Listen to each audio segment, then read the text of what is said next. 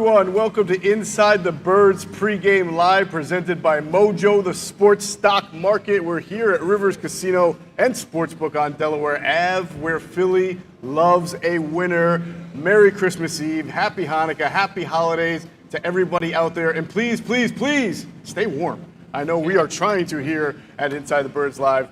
I am Geoff Mosher alongside my co-host Adam Caplan, with us and in the holiday spirit as always. It's Greg Cosell and former Eagles wide receiver Jason Avant. I think they're in the holiday spirit. Yeah. Greg's kind of giving me the bah humbug look right now, so maybe I'm not right about that. It's the 9 degrees outside. Yeah. Oh, it's up to 9. Is it up to 9? Okay. I like summer better. Yeah, we could all use a little bit warmer temperatures today, definitely. But you know what? It's winter. This is what we get in winter, all right? That's right. So it's supposed to be like this.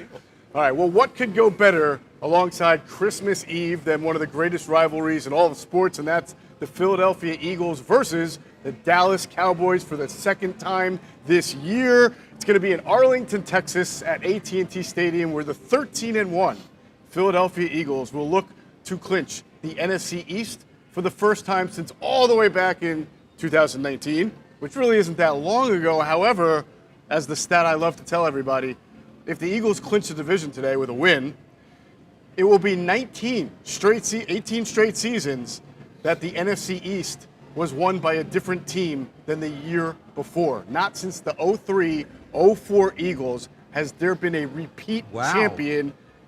Greg had all of his hair and it was brown back then. Right. I was a young man back then. You were. That's 18 straight seasons of a new champion if the Eagles win today, or if they don't and still pull this thing out, which they likely very will do. That's pretty bizarre. It is pretty bizarre. Is that not crazy? It is a little crazy. Yeah.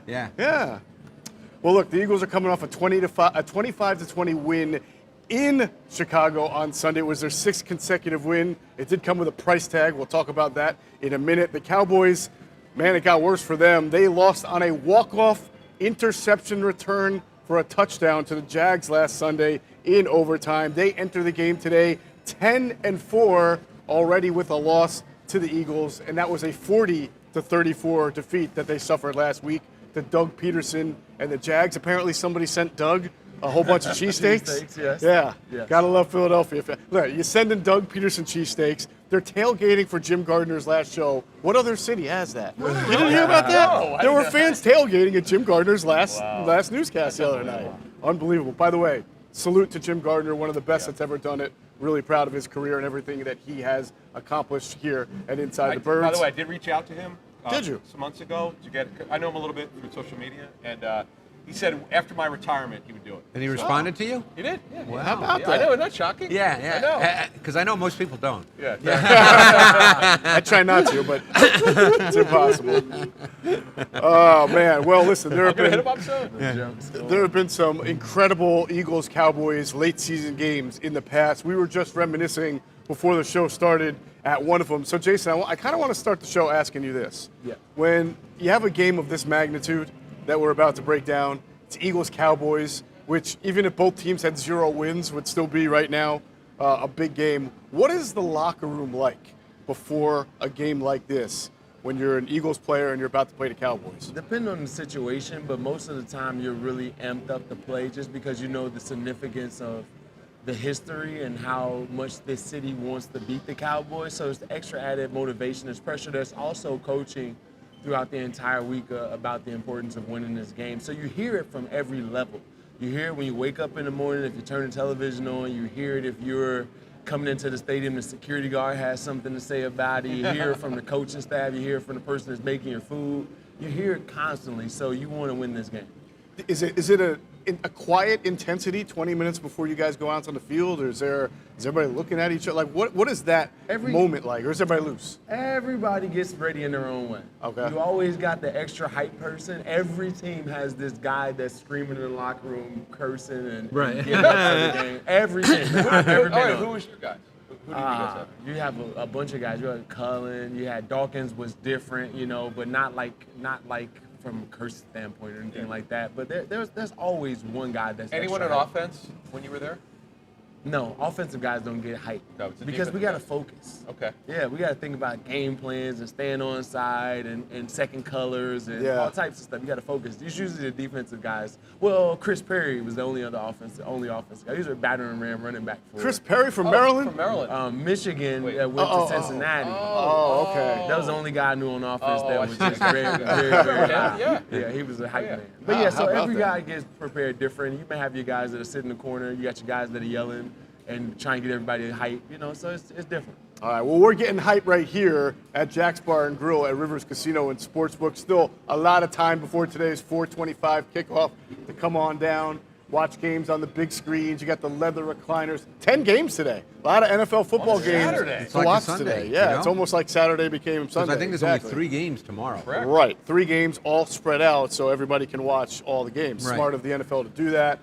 Great opportunity here. We already see people with Eagles jerseys on. You can tell, even with the bitter cold temperatures, that people are fixated today on Eagles, Cowboys. They ain't even thinking about the wind chill right now. They're thinking about the win that they hope the Eagles get. And we will break this game down like we do every week. If you're watching at home, you can leave us a message on our YouTube chat box. Leave us your score prediction. We'll try to get to it. I'm just going to do a little foreshadowing here. We always give our predictions at the end of the show. One person is going to leave here today, the enemy of the people. I'm not going to give that person away, but someone's going to be leaving the enemy of the people today. It'll be we'll you, talk Jeff. about that. It might be me. Yeah. It might not be me. Always, yeah. It's a good tease. All right, let's get in. We'll get into the X's and O's in a second. I want to take a big picture view of this game. Greg, I want to ask you a little bit about Dallas. In this game in particular, the way Dallas's defense has been playing, and we'll get to the X's and O's, but just big picture. Are you expecting today's game to be kind of a shootout, or do you feel like this game will lend itself to a low-scoring kind of neck-and-neck battle? Well, I think the shootout would result from Dallas being able to score. Right. Because Dallas has some issues on defense right now. Yeah. Particularly at the left corner. So then you get into the Minshew factor, which we'll discuss obviously in detail. But Dallas clearly has issues at left corner. Joseph got benched last week. Right. And they brought in Nashawn Wright from Oregon State, a 6'4" kid. Big kid, yeah. Big kid. I remember watching him coming out of Oregon State, long, lanky. So we'll see who plays today. We'll see how that impacts how much man coverage they play against 2 really good wideouts.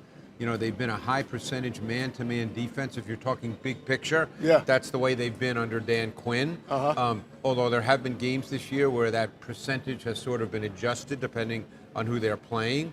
And we'll see how they feel about being able to match up man-to-man on the outside. Diggs is a good corner. I wouldn't say he's a great corner. I think he's a beatable corner. He can make plays, but I don't think he's one of those guys that's just a shutdown corner that you stay away from. Right. I would not stay away from Diggs at all. Okay. I mean, I think you can beat Diggs. All right. So, I think the shootout to me, and then now you get into the question again, big picture, how will the Eagles choose to play offense? Sure. Will they stay with throwing the ball at a high percentage, even with Minshew playing? Or will they say, let's try to run the ball? And the Cowboys have been susceptible to the run at times. Right. So, there's a lot of things we don't know, and there's a lot of variables. Okay. Jason, who's the pressure on today? Is it on the Eagles who need a win to clinch? Is it on Dallas that's 10-4 and maybe not feeling it because they already know what they got in store for them? Who do you feel like feels it today? All the pressure's on the Cowboys. Yeah. I don't see how there's any pressure on the Eagles, right? You're going into a game with your MVP out of the game, and Dallas is in a situation to, in front of their home crowd, they have to win this game in order to clinch a playoff spot, right? So I think that all their pressure is on the Cowboys to win this game. I don't think any pressure, because at the end of the day, if the Eagles lose a game with Gardner Minshew at quarterback, that's an automatic built-in escape clause, Right. Scapegoat, right? So I don't think there's any pressure on the Eagles at all. Okay. Adam, along those lines, the Cowboys have had a reputation for the past almost 15 years now, not every year, but of being pretty good and then faltering down the stretch. And it seems like it's happening again. What do you make of their late season this year? Well, I Disappointing? would also, Oh, no question. Now, we'll see. They still have a couple games left. We'll see what happens today. But just talking to their coaches over the years and some of the front office people, they get a lot of talented players, but there's something wrong with the character. Just something happens. You and I talked about this like 3 or 4 years ago about Amari Cooper. We were told about there was a competitiveness issue. They got rid of him. Yeah. There's the Cowboys draft talent instead of great football character. Something seems to happen with this team. Now, I know their fans blame the coaches. They continue to blame Mike McCarthy, Jason Garrett before that for the collapses, and that's fine. The coaches are always going to get blamed. They're the ones who are coaching them. But there's just something wrong with this team down the stretch. It's not like you could put it on one area. Now, I know the fans are killing Kellen Moore. Yet they scored 34 points last week, but they find one play they didn't like, and they crush him. Right. But it's something defensively. Like Greg talked about the defense. Like they're not great up the middle. We actually talked about that earlier this season when we previewed that game. Right. Just something not great with this roster. They go for talent more, also sometimes not as much as character. I think that's part of it. There you go. Football character. All right, well, we will see how much character both of these teams have when they meet today at AT&T Stadium. 4:25 kickoff. Obviously, this game's going to have a lot of big injuries that will change the outlook of the game. We'll talk about it right now. We'll start with the Eagles, and of course, as we've already discussed, there will be no Jalen Hurts starting today for the Philadelphia Eagles. He has a shoulder sprain. As we understand it, it's not just a simple shoulder sprain. There's a little bit more going on in there. He's had follow-up testing throughout the week, as we heard. And, with the shoulder, there's obviously joints. You have your collarbone in there. So there's issues that go beyond just a simple grade 1 shoulder sprain as we understand it. So as we hear, he may not even be able to play next week. And then we'll see where the Eagles decide to go from there based on whether or not they've clinched and how much they want to let him heal and rest. One thing, Jason, when you were with the Eagles under Andy Reid, you had to have had a bye one of the years, right? First round bye? Did you I don't think we've ever had Because that. that's the question now going forward here. If they clinch today, what do they do? Even if he's healthy enough to play, it's the push and pull of, okay, you don't want the guy to get rusty. Right. Because if he doesn't play this week or next week or the week after, then you got the bye. That's 4 weeks That's off. 4 weeks off. That's a lot. That's a long time. That's a lot. It's a lot of football off, and you got to be careful because that's usually the injury that happened to him, where the guy puts all of his weight on him like that, and it was definitely it's a legal football play, and no one will blink an eye at it. The guy was definitely trying to hurt him. It's something that you know as a football player when you put all of your weight when he's sideways like that. That's how you break someone's collarbone, and I've seen it happen multiple times in my career. So you have to be very careful with it. And so whatever time it needs, that's what you have to do. I don't think that you just go out and play him just because, especially if you're winning football games. Right. You want him to be healthy. Have you specifically had a shoulder sprain or a collarbone injury? I've had multiple shoulder sprains, multiple AC joint sprains. Yes, collarbone, like my clavicle, like it's still out.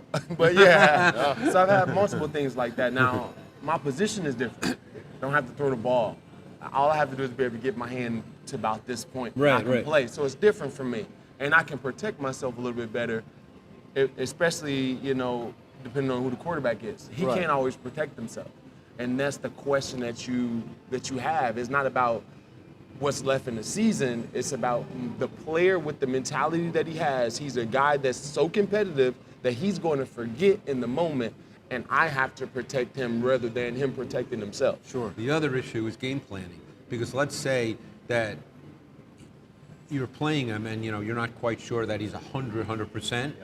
Do you cut back on the things you do offensively, which cause a lot of stress and problems for defenses, just because you're trying to protect your quarterback? You don't want to really go into important games like that. Let's get something said about last week. To your point, during the time that Jalen Hurts got hurt, they should have abandoned that game plan a long time ago. Right? Because it was clear that they were forcing Jalen to keep the pitch. It was clear. So now let's get into a different style of running attack where we're calling more called runs to the Miles Sanders rather than putting more pressure on him. So it was a time and a moment by our coaching staff where you say, hey, we're licked when it comes to this game plan. Let's scrap that part and let's run it a little bit more. Let's run the base runs. Yes. Yeah.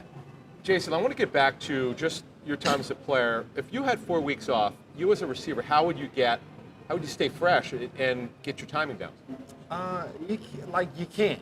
There's no such thing. I think that you just hope that you're playing opponents that may have some deficiencies when you're going out there, but you're going to do everything you can in practice to go out and throw, doing the scout team periods, get as many reps as you can. I'm sure that the coaches are going to structure something where Jalen is taking reps, right? So instead of, say there was a 10 practice, 10 plays with offense, maybe 3 of those plays are going to Jalen Hurts, or 4 of those plays, and then Gardner's getting the rest of it.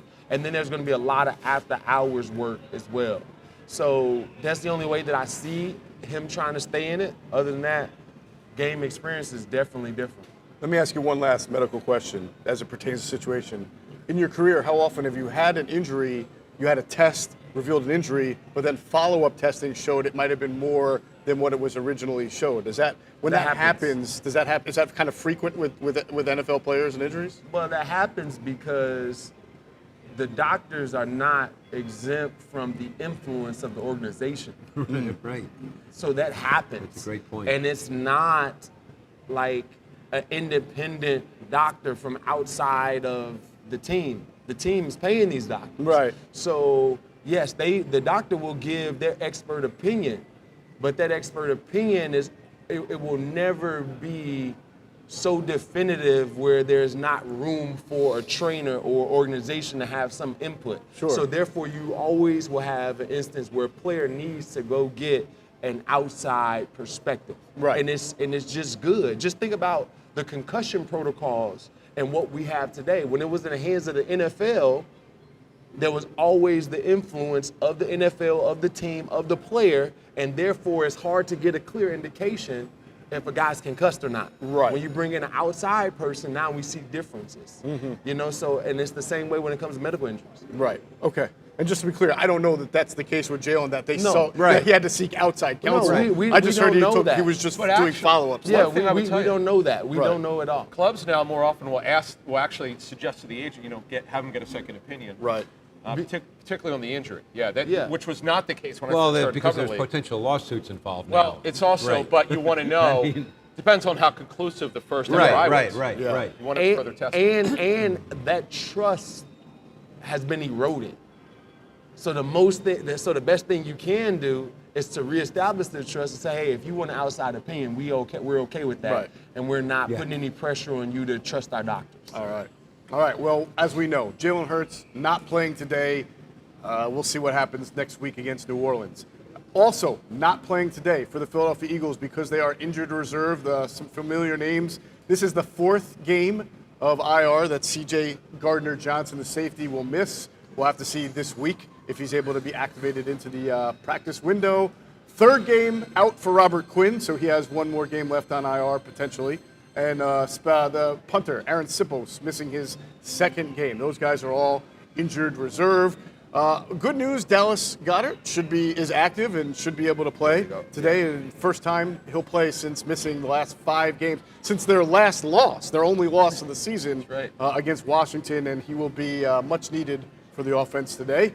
As far as defense goes, we've got safeties Reed Blankenship and Kevon Wallace, who had no game status designation on the last injury report, so they should be good to go.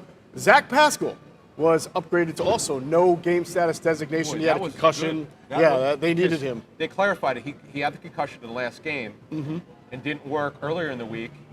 Had one limited practice, felt great. In fact, they actually took him off the injury report completely, which you rarely see during the same week. Right. So he flew with the team. He's good to go, and that's good because that's why Greg Wood was in an elevator. There you go. All right. Also good to know, Christian Ellis, the linebacker who has made a difference in special teams. He's now a member of the 53-man roster. He was signed.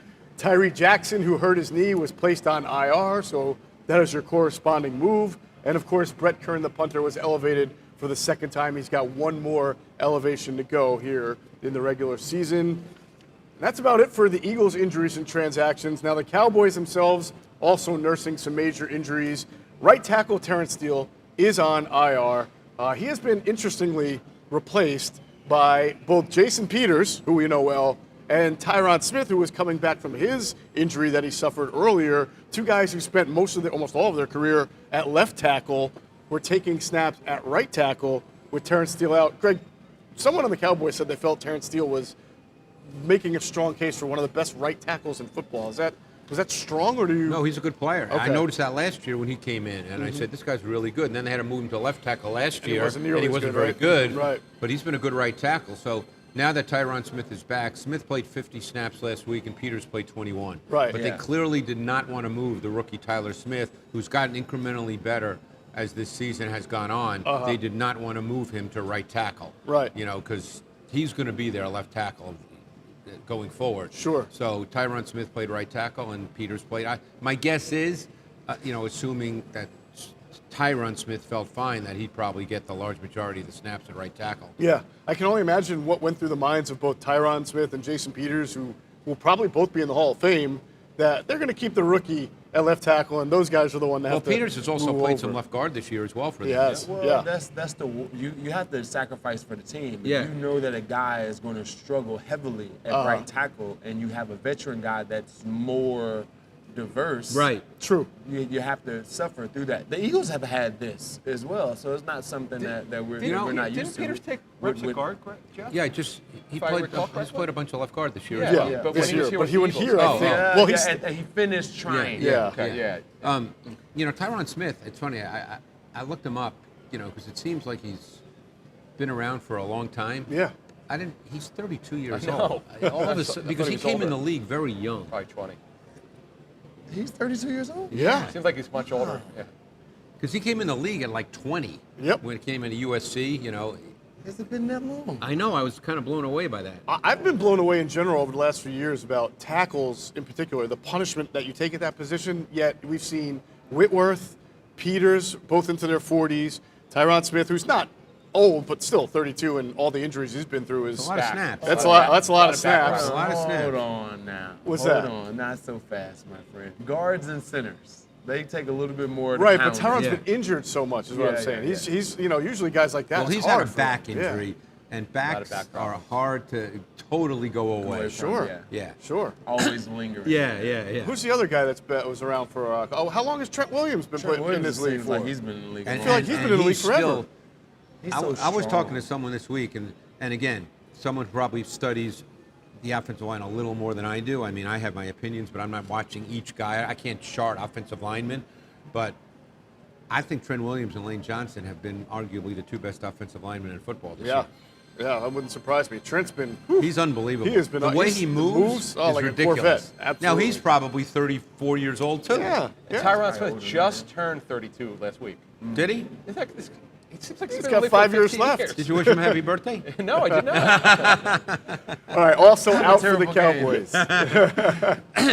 Out for the Cowboys because of injured reserve. Jonathan Hankins, their run-stopping defensive tackle that they traded for earlier this year, is out. rounder. Cornerbacks Jordan Lewis and Anthony Brown are Yeah. out and on injured reserve. And as far as injuries, expected to play Noah Brown. He's actually been a big contributor for their What's offense. Vanden Esch's status? Leighton Vander Esch is out with a neck injury. There you go. Right. Dorrance Armstrong, questionable, although expected to play. DeMarcus Lawrence, same thing, questionable with a foot, expected to One play. thing on DeMarcus Lawrence, he's had this foot injury for 2 months. He keeps complaining about it, but plays, so we'll see how effective he is. Rookie pass rusher Sam Williams, though, out for the Oh, Cowboys. That's a big out. yeah. Explain that, Greg. Sam Williams is a really good player. Sam Williams last year when I watched tape, he went to Ole Miss. Okay, and I remember watching his tape and thinking this guy's a really good player. And then speaking to some scouts who said he might not even be drafted because he's got a lot of baggage. Okay, I usually don't get into the baggage. As Adam knows, I just love watching the tape and evaluating the players. But you're right, though. That guy Right. who told you that was 100% right. No, I know that. But he was the only player. I watched about 7 or 8 games of Charles Cross, the Mississippi State left tackle. Yep.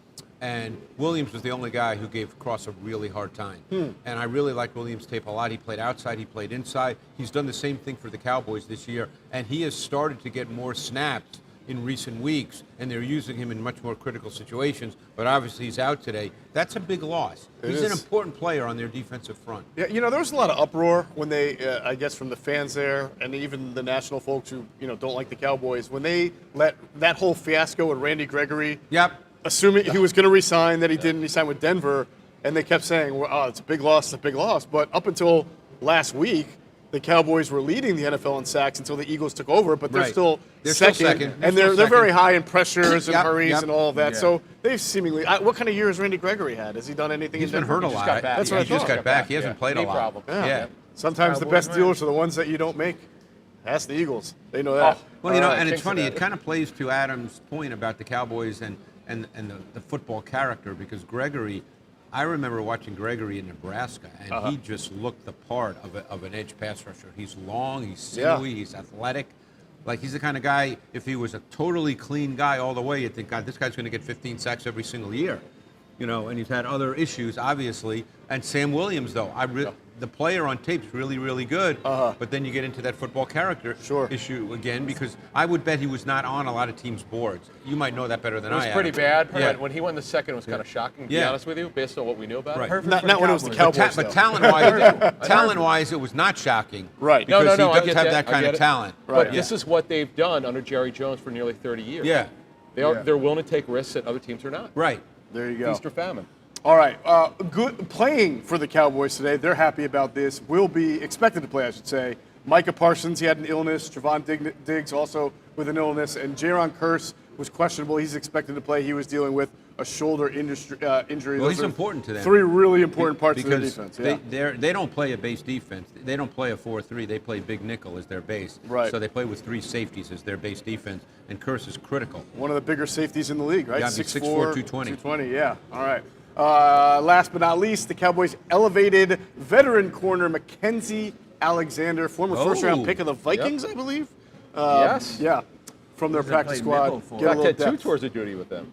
He finishes Well, his you know, there's- career at nickel. He's been in nickel, Yep. which leads you to believe that the outside corner could be the kid who's been playing nickel, Deron Bland, Bland. because he played outside last week in their big nickel, in their base big nickel. So it's very possible, given all the issues they're having on the outside opposite Diggs, that Bland becomes the outside corner, and Mackenzie Alexander, who's been a nickel most of his NFL career, that he's the guy who plays inside. All right. Well, we'll see if he has to get in the game for the Cowboys. I would assume if he has to play for the Cowboys today, it's not a great thing for the Cowboys, though. Well, again, I don't know Alexander's situation right now, but he's been a solid nickel in his career. Gotcha. He's a little bit older. He's Yeah, he's moving teams and Yeah, coming yeah. off the bench for a Right, reason. right. But to your point, for a guy who hasn't played football this year, if he has to play a lot, that means something's not going well. Correct. Right. They're I right. get Right. that. But at least he knows how to play the position. Gotcha. Right. Will it be a Merry Clinchmas tonight, early Clinchmas, for the Philadelphia Eagles? Not bad for you. Well, not bad, and obviously the answer to that we'll know based on the performance of one Gardner Minshew, who is starting for the second straight time against the Dallas Cowboys. His last start came in the season finale last year. That was a game in which the Eagles rested all their starters, and the final score kind of reflected that. They got pummeled. Well, I remember they rested all their defensive starters. And Yes. yes, the Cowboys played all their guys. and- Right. That was shocking. Yeah, Was yeah. it put up 50 points? Yeah, it was like 56 to 21. 50 kind of burger. ugly. 56-21. This game obviously has a lot more meaning. Now, early in the year, last year, Minshew had filled in for an injured Jalen Hurts to play against the Jets. We all remember that game. They won 33-18. Minshew was 20 for 25, 242 yards, two touchdowns, and a 133.7 passer rating. Both of those touchdowns, by the way, going to Dallas Goedert. Greg, do you remember that? Let's go back to that game, because the season finale was just I don't remember trash. the specifics of No, that I'm game. not going to ask Yeah. you specifics, Yeah. but do you remember what stood out in general about Minshew leading that offense that day? I mean, I think Minshew is a certain kind of player that if he's going to play well, he looks a certain way. Right. He's efficient. He gets the ball out. He knows where to go with the ball. Minshew is sort of your classic example if you reduce the quarterback position to its simplest statement of making the right kind of throw to the right receiver at the right time. That's basically quarterback, and there's 20 things that get to that point. But if you reduce it to its simplest terms, Minshew is that guy. Right. He's not big. He's not physically imposing. He doesn't have a big arm. It's good enough, but he certainly doesn't have a big arm.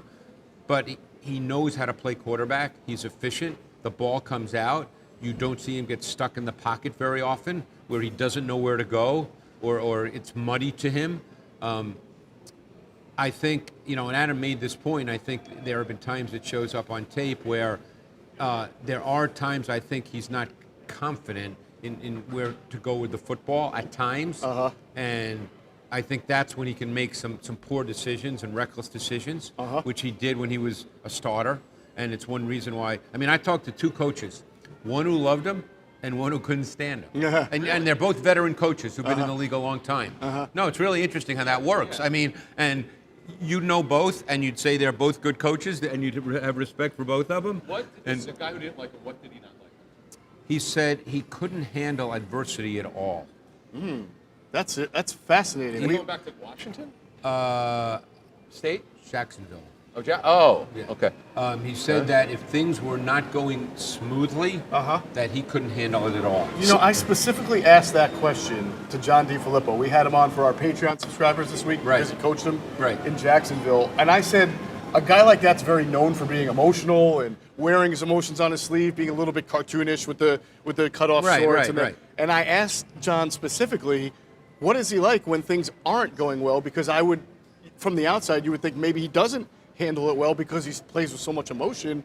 But John actually said he felt he can maintain his control and poise. And that's why it's so fascinating when you talk to different coaches. And again, different coaches have totally different worldviews, and you never know the personal relationship with guys. And I try to stay away from that. If I'm going to talk to a coach, I'm always trying to talk solely about, the schematics, the tactics, those kinds of things. I don't want to get into the personal relationships because, it's just like when people ask me if I do shows, well, is someone a leader? And my pat response is, you got to be with someone every day to know that. I can't answer that question. So, I don't even go there. But I'm just giving you what 2 coaches said. Now, he had no adversity in that Jets game. And then the season finale, it didn't matter. It didn't matter. I think today will be a really interesting, if there's some adversity in the game, how will he react? We know the Eagles have a very good O-line. We know that. But let's just assume for a moment that there is some pass rush pressure on him. And there may or may not be, because the Eagles have a really good O-line. Then we'll see. Hold on. In Jacksonville, I remember him moving around in the pocket and making some plays because they didn't have the greatest offensive line. Correct. So he's not a statue. Yeah. The negative for him in that season was there was a point in the middle of the season he actually wound up getting benched. He started pressing. They were not playing well. They were behind. Their defense was very good. Started off 1-6 that year, I believe. He was playing fairly well, but then he had a bad game in London. He felt he had to put the team on his back, and he took on too much responsibility. He kept turning it over, and it was not like him. This is the way it was explained to me. He just was pressing. When quarterbacks press, you're trying to do too much. So they benched him, and he was better the second time around. He doesn't throw picks. Now, what he does do is he fumbles. He had, I think, like 7 fumbles. I remember that game. He scored on the first 7 possessions, right? So it came out where they were firing on all cylinders, and then later in the game, the Jets began to come back. But I think that Gardner Minshew is definitely serviceable. And I think that he is good enough to win this football game. All right. Well, it's funny because the other coach who liked him thinks that he could be a starter in the league. Not a top 5 guy, obviously, we know that. But that he could line up. Again, then there's variables to that. No one's suggesting if he could be a starter that he's going to be, Josh Allen or Patrick Mahomes. But if you had a good run game, a good O-line, a good defense, could he line up and play and be efficient Look for at you? Washington. I think he could be a better quarterback than, say, Taylor Heineke. And he may well be. But you can win with those guys. First of all, and Jay knows this, there's not that many transcendent quarterbacks ever. Guys who just are so good that the rest doesn't matter. So there's always so many variables, Jeff, that involve team, coaching, game flow of specific games, how a game plan is put into place. There's so many variables. So when people talk about quarterbacks, and again, not that I'm not sure people think about all this. And I'm talking about even people in our business. Because, we all see other people talk about things. I don't think they think about all these kinds of things. I'm fortunate, number one, I watch tape all the time, and number two, because I know coaches who respect what I do, so we have honest conversations. Because they know what I do. They know how much time I put in. I can learn more and more about the variables that are involved. Before we move on here, this brings up, Greg, a great point, and also for Jason. Jason is a former player, and we could go to Donovan, or whoever quarterback you play with. When the quarterback is struggling, yes, I get it. There are a lot of variables, right? But are there certain things that you go, wow, he's not doing this accuracy, process? Like, what are the things you notice as a former player? Oh, from a quarterback position? Yes, when you were playing. There's a lot of things. You know, the receivers, O-linemen maybe not as much, but the receivers have to be in a lot of quarterback meetings. So we kind of know where the ball should go. If you're an astute receiver, if you're one that studies, and like say you're a slot position receiver or a guy that really loves the game of football, you kind of know where the ball should be based on the pressure, based on the coverage. And when you turn around, this ball should be hitting me. The first thing you're thinking is he must have had pressure, but he couldn't get to me. Right. But when you go back and you look at the film, you're like, dude, he's on the opposite side of the field. He don't know what the hell is going on. So you're thinking this, You're thinking this as a player, and you're saying we're not going to be as good as we want to be because the quarterback doesn't understand the full concept of each place, and you know that. That's why I asked. Yeah, because you know that. Now, do you know sometimes when it's a coaching issue, you go, man, why aren't we doing this with him? Sometimes there are coaching issues. Like sometimes every person, there's people make mistakes.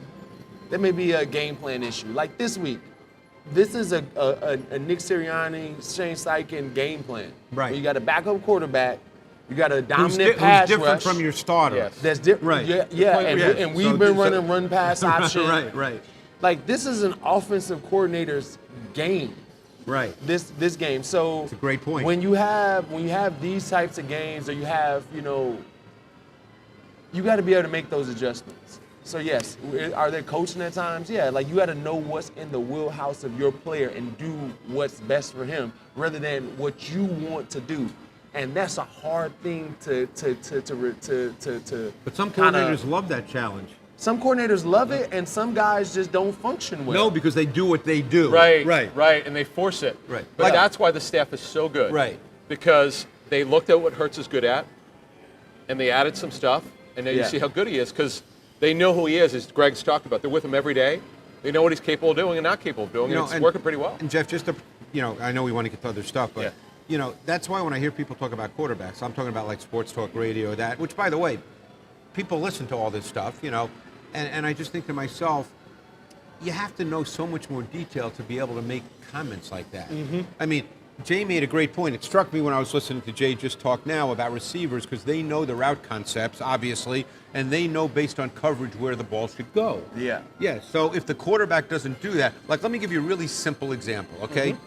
There's a route concept. I think it might be a West Coast thing, but I'm sure it's in everything. A lot of teams call it dragon. You know what dragon is. Okay, so dragon it's slant flat to one side, normally to the boundary, and it's two glance routes, normally to the field. Mm-hmm. Okay, on the other side. So if you're getting single high safety, you're throwing slant flat because it's a one defender read. Mm-hmm. If you get split safety, you're normally throwing to the glance side. Yeah. Okay? Now, so let's say it's single high and the quarterback doesn't throw to where he's supposed to but goes to the other side. The receivers know that. Yeah. They know that. He's like, what is he doing? Right. That's for split safety. And that's basic stuff. That's basic stuff. That call would be dragon, lion. So two slants and slant flat, cover 2, cover 4, cover 1, cover 3. Easy, right? Yeah, and if you're on the wrong side, you're like, dude, what? What are you and doing? And this happened. You're like, dude, what are you doing? That's And you can't do you that. should be able to know. As a receiver, you can't say it, and you hope the coach has enough gumption to say it. And a lot of coaches don't, depending on the person. So, I mean, that's why, Donovan was sometimes handled with kid gloves when he was struggling. It's not just Donovan. No, it's true of It's a lot of Donovan. quarterbacks don't get coached. But I just know. You know this, Adam. A lot of quarterbacks don't get coached. And I'm using the word coach in the strongest sense possible. A lot of quarterbacks and quarterback coaches, let's say, because coordinators can't really coach the quarterback. They have their own stuff to do. Yeah. A lot of quarterback coaches are, put your arm around the guy and sing Kumbaya. That's not the way to make the guy better. It's tough. It's a tough job. It's a because tough job. the guy can get you fired. That's exactly right. Being stern is good stuff. Really good stuff. Really good stuff. I want to continue that discussion in light of Gardner Minshew today, because I want to talk about how this Eagles offense might look against Dallas. If there's one thing I think we've learned just covering the league, especially with the Eagles, is that there's a perception and a reality about how the offense looks with a backup quarterback. The perception is, oh, they do something different, they run the ball more, they protect. The reality is that teams that are very comfortable in their backup tend to keep things the same. Now, obviously, we're not going to see Gardner Minshew holding the ball, running left, running left. The design run, we're not going to see as much of. But as far as offensive philosophy, Jason, pass first team, like do you see any difference in the philosophy of how to attack the Cowboys with Gardner Minshew? As far as your run-pass ratio? Their run-pass ratio has to be a little bit different, and here's why. I think, and just bear with me with this point. Okay. I thought Doug Peterson did a masterful job game planning this past weekend for the Cowboys. Masterful job he did. And also, the Chicago Bears did a masterful job defensive front-wise against the Eagles. So you have these two things working as the undercurrent of a game that's about to happen. So what the Jaguars did and Doug Peterson did was throw the Cowboys off guard with a bunch of misdirection because they don't have a guy that's read option worthy at a high level as Jalen Hurts. So what you do is you hit him with a couple Packer screens, over here, over there, throw it back over here, hit him with a reverse or something like that kind of keep them balanced. And I think that the Eagles can take that same philosophy of misdirection, a couple receiver screens, a throwback screen, a reverse or two, and you can stop their pass rush from that perspective, which is basically what the read option is about, right? You just do it from a different way. Sure. And yes, am I going to sit back and let Micah Parsons and Lawrence and those guys just pelt the quarterback by dropping back 5 and 7 steps? No, I don't want to do that. So yes, I think the structure of this game plan has to be different. You have to throw them off guard some way, and I think that's going to be misdirection. You got Dallas Goedert back, tunnel screens, different things like that. Sure. I remember when Jeff Garcia took over for Donovan in 2006, right? There was a lot of uproar. The Eagles don't run enough. Donovan's getting hurt because they're passing too much. Jeff Garcia comes in, wins a bunch of games, right? Loses the first game, then wins like 5 or 6 in a row. Oh, they're running the ball more. They're running the ball more. Actually, the statistics said they were not for the first 3 quarters. They were winning again. They were up. That's why they were running. Right. But that's where perception and reality But Jay was makes different. a great point. You can do base stuff that has misdirection elements. Right. Okay? Like in the run game, you can run, whams, traps, counter concepts. Those have misdirection built in, but they're just base runs. Right. Okay? Right. But you can also do other, because keep in mind, the first time they played, they did a lot of RPO stuff, a lot of zone read looks, and that kept Parsons kind of stuck. Sure, the conflict player. The conflict player, right. You're not going to have that this week. No. There's no conflict here. Gotcha. Yeah, but you can, like you said, you can get to it Right. with fake motions and jet sweep fakes Yeah, and all yeah. types of things that kind of make guys second guessing. You want to make guys have to sort things out. Yeah. Because if you're sorting things out, you're going to be a beat late. Right. So that's a good segue. I wanted to ask how Micah Parsons might be different in this game than the first one. First game, 7 tackles, 1 for a loss, 2 pass breakups. But as you guys mentioned, he was generally a player whose impact was limited by the team's offensive scheme, which, again, you can do, as you guys mentioned, different things I today. remember, But if I recall, in that game, they had a red zone touchdown to A.J. Brown where he went in motion, then return motion, and then there was I think a zone read or an element to it, and all of a sudden Micah Parsons, who was unblocked, by the way, on the play, he's got a lot to sort out. Because the return motion's coming right back to him. So when you start, that's what you try to do with all those. That's why more and more teams, one of the reasons, motion can be used for 5 different reasons. But one of the reasons teams use motion is it makes defenses have to sort stuff out and adjust before the snap of the ball. Gotcha. And all it takes, in this league, fractions matter. If you're a fraction late, you're late. Yeah. Agreed.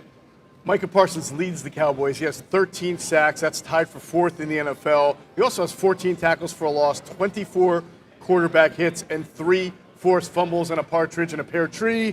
But lately, Craig, I wanted to ask you about this. He only has 1 sack and 3 quarterback hits in the last 3 games. And in general, the Cowboys only have 1 sack in their last 2 games. Yeah, the Cowboys' defense has not been as strong and assertive in the last couple of weeks. It's hard to know why. I mean, but Go ahead. Maybe you have a reason. When you're missing two really good secondary defenders, you don't have as much time as you normally do, right? So you have a automatic catch out there at left corner as of today, right? And then you got Jordan Lewis, who was a solid nickel player that's being replaced by a guy that's not as efficient. And you're starting to see in the last couple games some really good slot receivers that these guys are facing and putting people in the slot in order to get yards that way too. So all of those things matter. You know, and they're really been hurt at the corner opposite Diggs. I mean, here, go to last week. I know the Jaguars just played Thursday night, but last week he had Zay Jones for a 50-yard touchdown. Trevor Lawrence did.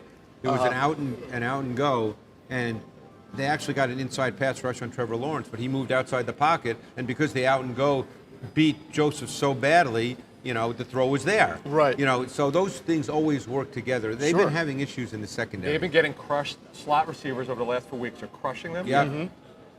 And that's something now, I get it, Quez Watkins isn't your typical slot, but we'll see.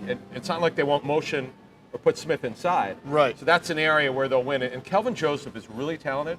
We know he was another guy, character issues at Kentucky.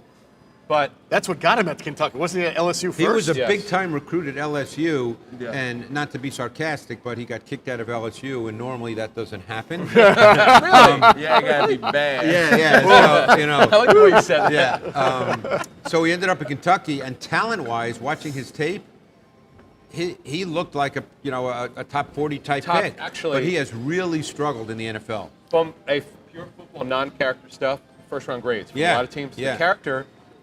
Again, you could say, why do you even go in the second round for the character? But this is what the Cowboys do. Yeah. Well, all right. So we know where the Eagles have their red circle drawn today. Right? On offense. Nice. This is what they do. This is what the Cowboys do. What do you- By the way, it would be wrong. I think he was told not to come back. Doesn't sound like a Michigan man, Jay. We just don't want to see you anymore. And they put out corners, as we know. Yeah, So, I mean, That's like And receivers. cornerback you over there. Right. Yeah, them in Ohio State. All right. As we know, the Dallas pass rush isn't just Micah Parsons, though. Dorrance Armstrong has had a good year. He has. DeMarcus Lawrence probably has probably not had his best year. He's been hurt a lot. But he's still a force. You know, it's a shame. He made the Pro Bowl because he's a defensive end. Yeah. This is where Josh Sweat gets nailed because he's an outside linebacker. Well, Parsons gets in. Right. They should just do an edge rusher group. That's how Sweat needs to get in. They should have changed that a long time ago. The Eagles got about at least three snubs. Well, Yeah. my personal opinion watching tape is I think Josh Sweat is the best defensive lineman on the Eagles. But that's my opinion. No, watching he's tape. an outside linebacker according to the NFL. But he's But, not. but the thing is, he's not. He's I know, both. I know, mean, I know. yeah. It's kind of better than strange. Reddick. He's an edge rusher. All right. I think he's a more complete player than Reddick. I agree with that. Yeah. Is he better than Tank Lawrence? I think Lawrence is a D tackle. DeMarcus Lawrence? Oh, DeMarcus. You said Yeah. Tank Lawrence. That's his what they nickname. call him. I think he is this year, yes. There you go. See, Sweat is phenomenal setting the edge in the run game. Yeah. He extends his arms. He holds Get the to his point. body. And then he squeezes inside and makes the tackles. Right. He's phenomenal setting the edge and in the run game. Yeah. So I'm speaking to that as well. It's not just rushing the quarterback. Yeah. But I think he's pretty damn good rushing the quarterback, too. We're going to talk about him a little bit, but my takeaway after watching some of the tape from that game is that Cole Kmet probably never wants to see Josh Sweat again because he had some difficulties there trying to. But again, tight end blocking at the most end tight and ends stuff, would. Yeah. Although, but we always we credit here Dallas Goedert who can hold his own against the DN. Cole Well, Kmet's then got work. then there's more involved. More involved. Then it depends on the play call. True. You don't want to do that on a 7-step drop if it's a quick game throw. Exactly. Every Right. team does that if it's a quicker game throw. Yeah. Sure. But Goddard overall is a pretty good blocker. Yeah. Yeah. He is. Yeah. All right, Minshew will not be short on weapons today. He's probably going to have more. He'll have today more of a supporting cast than Jalen Hurts has had to deal with for the last few weeks because Dallas Goedert comes back. It's a good time. He had the shoulder injury. Now we were told even as of last week that in practice was a little tender, but he's ready to go. He's finally really ready to play. And Greg, we just talked about this. The Cowboys gave up more than 500 yards of offense last week to the Jags. I vote for it. What exactly did, and you brought this up too, you said it was a great game plan. What in the world did they do? It's a great game plan. They had a lot of misdirection. They ran the ball effectively, and then they had better matchups outside. Like he said, Diggs is definitely beatable. It's all about your risk versus reward. Right, You got to right. understand situations with Diggs. But if you're in a normal 1st and 10 situation, there's no reason not to challenge him. Now, you don't want to challenge him on 3rd and 4 and you're running a stick route, or something in front of him. But, yeah, they had a bunch of misdirection. They had a great screen game going the entire game. And Trevor Lawrence was definitely moving in the pocket. Yeah, and he was getting really the ball well. out, too. And they used Jamal Agnew, who's a straight line speed guy, former corner, slot Yeah. receiver. They used him in the run game. So is there anyone who could do that? Quez They used maybe, him in the but screen game, too. Yeah, their Agnew was receiver in screens have screen not game. worked After, well. after but seeing last week's I know. screen game, I almost think that maybe they. the only thing they don't do those, is shelve that. But this is the thing. You have all of those plays on record. Right.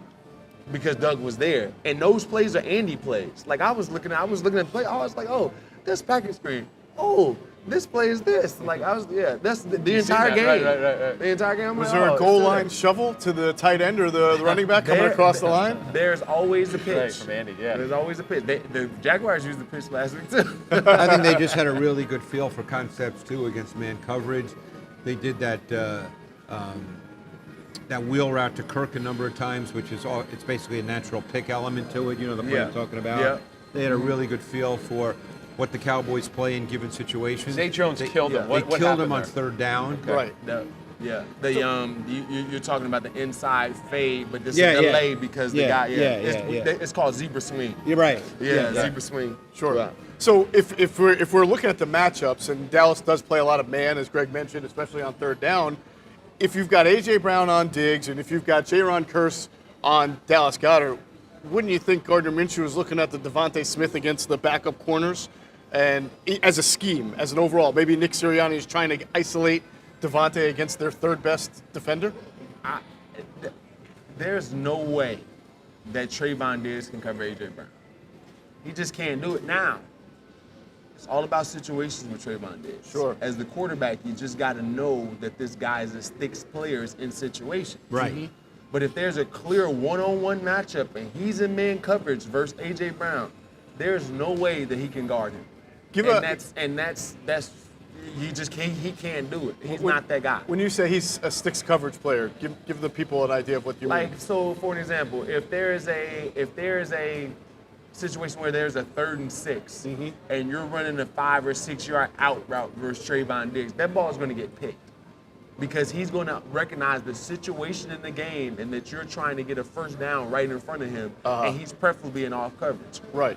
When he's off and he's looking at you, and you have a situational play where there's a slant, an out, a stop route, and he's looking at you, don't take that chance. But if he's eyes on on the receiver and he's in man coverage, there's no way you shouldn't go.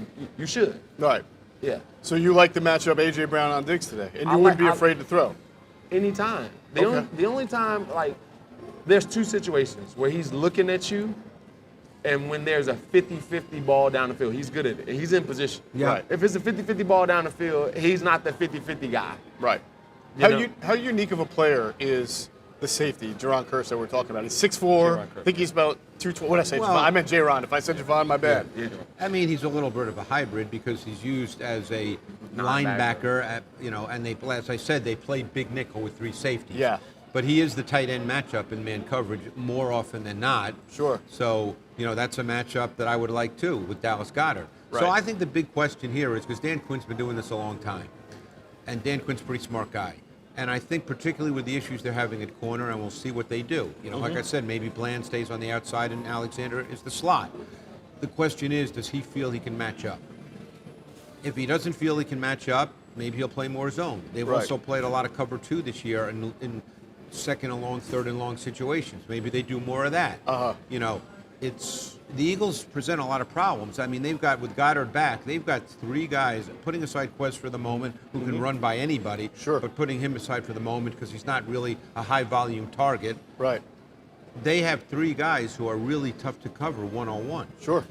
All right, I'll tell you the play that I would like to see brought back to the Eagles, which you can do now with Goddard back. Forget the wide receiver screen. The tight end screen, they ran with a lot of success earlier this year before Goddard got hurt. In fact, it was one of their biggest chunk plays that they had in the playbook. I know you like the one where he did a little basketball move to get through the line of scrimmage, but that was a play. He got hurt on the tight end screen. That's okay. Lightning won't strike twice. You know, and just one other quick point. If the Cowboys do play a lot of man, and you feel as you get into the game, hey, it's evident they're playing a lot of man just generally, that helps your run game too. Sure. And the reason it does is because let's say you line Goddard up on the line of scrimmage, okay, as an attached tight end. You don't necessarily need to use him as a blocker. You run him off with an easy release or a free release, as we call it, and he takes a defender with him who's a run support player. Right. Yeah. So, I mean, it can help your run game as well. Yes. Especially if he's going back to get like the backside in. That guy has to go. You remove a player from the front side of the formation. He goes and blocks somebody on the backside of the formation. You just took two people. You just took two people, right. Yeah. So it does help your run game, which I'm not sure a lot of people think about. All right, we are going to talk about that run game in a second with Miles Sanders. First, we're going to take a quick break to hear from our friends at Sky Motor Cars. Cars in Westchester is a different sort of dealership. All it takes is one look at their Highline pre-owned vehicles that people over the country want and need. Owner Brett Schiller, make sure you don't spend a dime of your money before you purchase the car. Sky Motor Cars allows you to make all the decisions regarding your next vehicle. At Sky Motor Cars, you never have to spend more than necessary. Visit SkyMotorCars.com today or call 610-918-7225. All right, big thanks to our friends at Sky Motor Cars. If you go out and see them in Westchester, PA, make sure you tell them Adam and Jeff sent you. You will get a great deal. Probably the only place you can get a great deal for us saying Adam and Jeff sent you.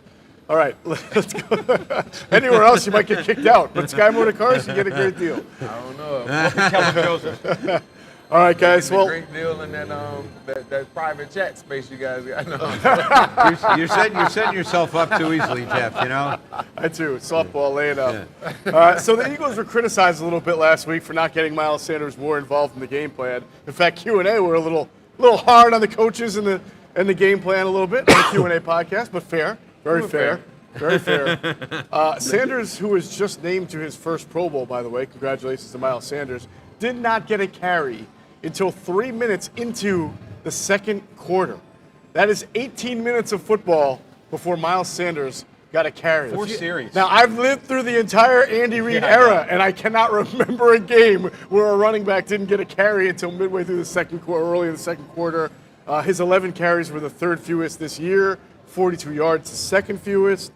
Adam, you made a great point after the game, and I think a lot of people agree, is that you can be completely supportive and understanding of the team's offensive philosophy all throughout the year and in that game, but also sort of question why a guy like Miles Sanders would not get the ball until the second quarter. Yeah, look, in Sirianni, I know sometimes he deflects the criticism of passing too much, but he owned it. Yeah. He knows as a head coach who, I know he doesn't call the plays anymore, but he has authority to say, hey, what is that story, Greg, that was it Jaws or Vermeil told about Marshall Faulk when he wouldn't get the football and Dick would tap on Mike Marte? Yeah. That's Introduce him to hi. That should happen. Yeah. Because Sanders, see, today you won't have to worry about that because there's no Hurts, so he's going to get the ball. Yeah. But it's not as though you couldn't run against the Bears. We know the Bears' run defense has been poor. Right. That's what was so shocking. And, by the way, you throw the wind in there, sometimes – I get it. Analytically, you want to come out throwing, that's the way you should do it. Right. But you can't completely forget about your running back until early in the second quarter. That was absurd. Yeah. It definitely was absurd. And like I said, the Bears had a great game plan of making sure that the end that was in question, the guy that's in conflict, takes the quarterback. Crash, right. And then they would put linebackers or have a stunt back toward the other side. They did it all game. So when you're doing that early in the game, you have to look at it and say, hey, I don't want to keep trying to move this. Let's just adapt the game plan and go with some more designed runs that takes the option away from the quarterback. Right. And I just think that has to happen quicker. And if you do that quicker, we're not sitting here talking about Gardner Minshew playing to that. Right. So those are game plan adjustments that could have happened within the framework of the game and just say, hey, look, they got our number here. And we're not producing in the run game right now. There are sometimes I feel like it's okay to go under center 2 or 3 plays in a row to get a downhill run game going. It doesn't have to be your backbone. It's not your identity. You're not selling out and playing 80s football just because you do it 2 or 3 times. It's okay. It's okay to do that. And you have the offensive line to be able to do that. You got to give credit to defense coordinator of the Bears. I thought he was great. Those young dudes were hungry out there playing. They had nothing to lose. Right. Their secondary competed. With Jalen Johnson gained my respect a ton. Even though A.J. Brown had a monster game, everything was contested. Like, it didn't give him anything. Like, there was a bunch of guys playing their, balls off that game. You for could the say Bears. that. You may. You're allowed. And it's the internet. And I didn't know how fast, Brisker? Brisk, oh my gosh, that dude can move. Yeah. He was moved when A.J. Brown caught the long one. Yeah. A.J. Brown thought he was going to walk it in. He had to kick it right. in gear, and the guy was already going. I was like, that guy can run. Yeah, those Yeah. Penn State He's guys gonna are be not slow like those Michigan guys, Jay. I shouldn't have gave him credit. Layup. I had to get it in. No, But you're right, though. And then, Jalen, and then the other corner played well, too. Kyler Gordon, rookie corner. Yeah, we were saying on the show that the Bears are some guys up front away from being a really good defense because they have a nice building block secondary. And they got a defensive head coach, so they'll work to get those guys. Yeah, they will. And then, They compete. Of course, they need some offensive playmaking around Justin Fields.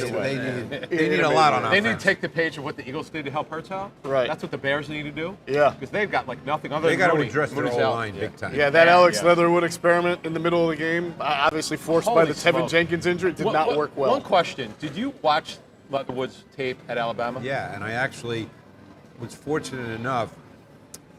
I don't know if you know Jake Peets. You know Jake Peets? Oh, yeah, Jake. Yeah, sure. He was at Alabama in the year that he was not in the league, like 4 years ago. Yeah. And he invited me down in the summer, so Saban wasn't there. But I went down to Tuscaloosa and spent like 3 days with Jake, just watching tape. It was great just being in Alabama. Yeah, too. yeah. It I've was never just been great there. being Yeah, there. cool. So I was down in Alabama. We would watch tape. He was their RPO guy, so he taught me a ton about the RPO game. And it turned out their offensive line coach was around, and it was Brent Key, who's now, I believe, the head coach at Georgia Tech. And so I got to meet Brent Key, and we had a great conversation. And he was just telling me how super talented Leatherwood is. And because he said Leatherwood is far more talented just physically than Jonah Williams. Wow. Who's the left tackle for the Bengals. Yeah. Wow. So, I mean, you watched him play, and it's almost like he'd never played offensive line before. Right, so Yeah. something doesn't click with Leatherwood. Yeah. Because he doesn't play to talent. Right. Okay? Because, Leatherwood, and again, a lot of guys are 5-stars coming out of high school. There's a long way from being a 5-star in high school to being a big-time NFL player. We all know that. Yep. But normally guys are 5-stars for a reason. Yeah. And he was a big-time 5-star. I think he's out of Florida. I mean, and the assumption was, it's All-American in Alabama. He's just going to step in the NFL and be, if not an All-Pro, but a good player. Right. And obviously it didn't work with the Raiders, and he certainly, he looked really bad this past week. Yeah, that's Really another bad. guy who saw Sweat and Reddick in his nightmares the next day. Yeah. I'll say this, and to get into the offense side, this was and I'm not trying to be Debbie Downer, but this was Jalen Hurts' worst game Yeah. to me of Okay. the entire Myself. season. I know you talk about it in Q&A, but give us the listeners an idea. Like, there are multiple times where the read was clearly defined on where he should go, and he just didn't get the ball there. And I thought that the defensive pressure and their stunning up front caused frustration where he just went to his utility belt, which was A.J. Brown, Devontae Smith, and not reading things out. And if he would have read things out, it would have put him in the right situation. Sure. So there's a lot of times where eyes was dropped, where things was missed because of, I don't know if it was a cold thing. I don't know if it was I'm frustrated that I don't have the same type of protection I normally have. I don't know why, but it wasn't the best game for Jalen. Do you feel sometimes that he locks too much in on Brown? In that situation, because of the pressure and because the line was struggling to block those guys earlier in that football game, yes, he began to just go back to, this matchup is one-on-one, I'll just go right here. Right. Rather than reading things out. And the fourth and sixth play is clear. If man covers the entire time, you send a guy in motion, the guy stops halfway. Who's covering him? Nobody's covering him. Just throw it to him. It's easy first down. But he's like, A.J. Brown's over there, and I'm frustrated with this pressure. I'm just going to throw it there. Right. So those types of things. Interesting stuff. Getting back to Sanders, he had 17 carries against the Cowboys the first game, just 71 yards, though. That's actually the second fewest rushing yards of his career when having the ball 17 times I wonder, or more. I remember that was the game in which in the fourth quarter they had that 17-play drive. Yes. Of which 13 were runs. Some Yeah. were hurt runs. Right. Yeah. I wonder how many carries Sanders had on that final drive. Yeah, 'Cause I remember he was pretty good that drive. Yeah, so do I. So, I mean, again, And Gainwell, too, had a few big I was carries just going on to that say drive. Gainwell had a few carries on that drive as well. Right. Well, we'll see today if Miles Sanders is more of a bell cow than he was last week. We're going to take a split second right now to hear from our friends at Rivers Casino and Sportsbook. Game night for me is every night. At the place where I meet up with the guys, grab a cold one, and watch the big game on the big screen. So whether it's the money line, the pass line, or a parlay, I'm in it to win. This is my city, and this is my place.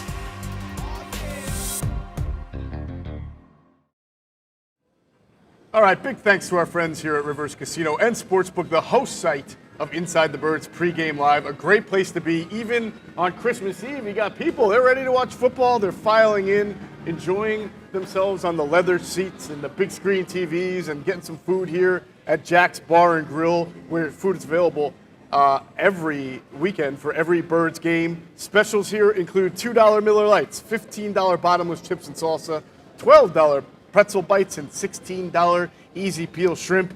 You got to take advantage of the home field advantage spin to win contest for bettors who place qualifying game day bets in the sportsbook. They can enter the spin to win contest held every Birds home game by placing at least a $50 bet on pro football.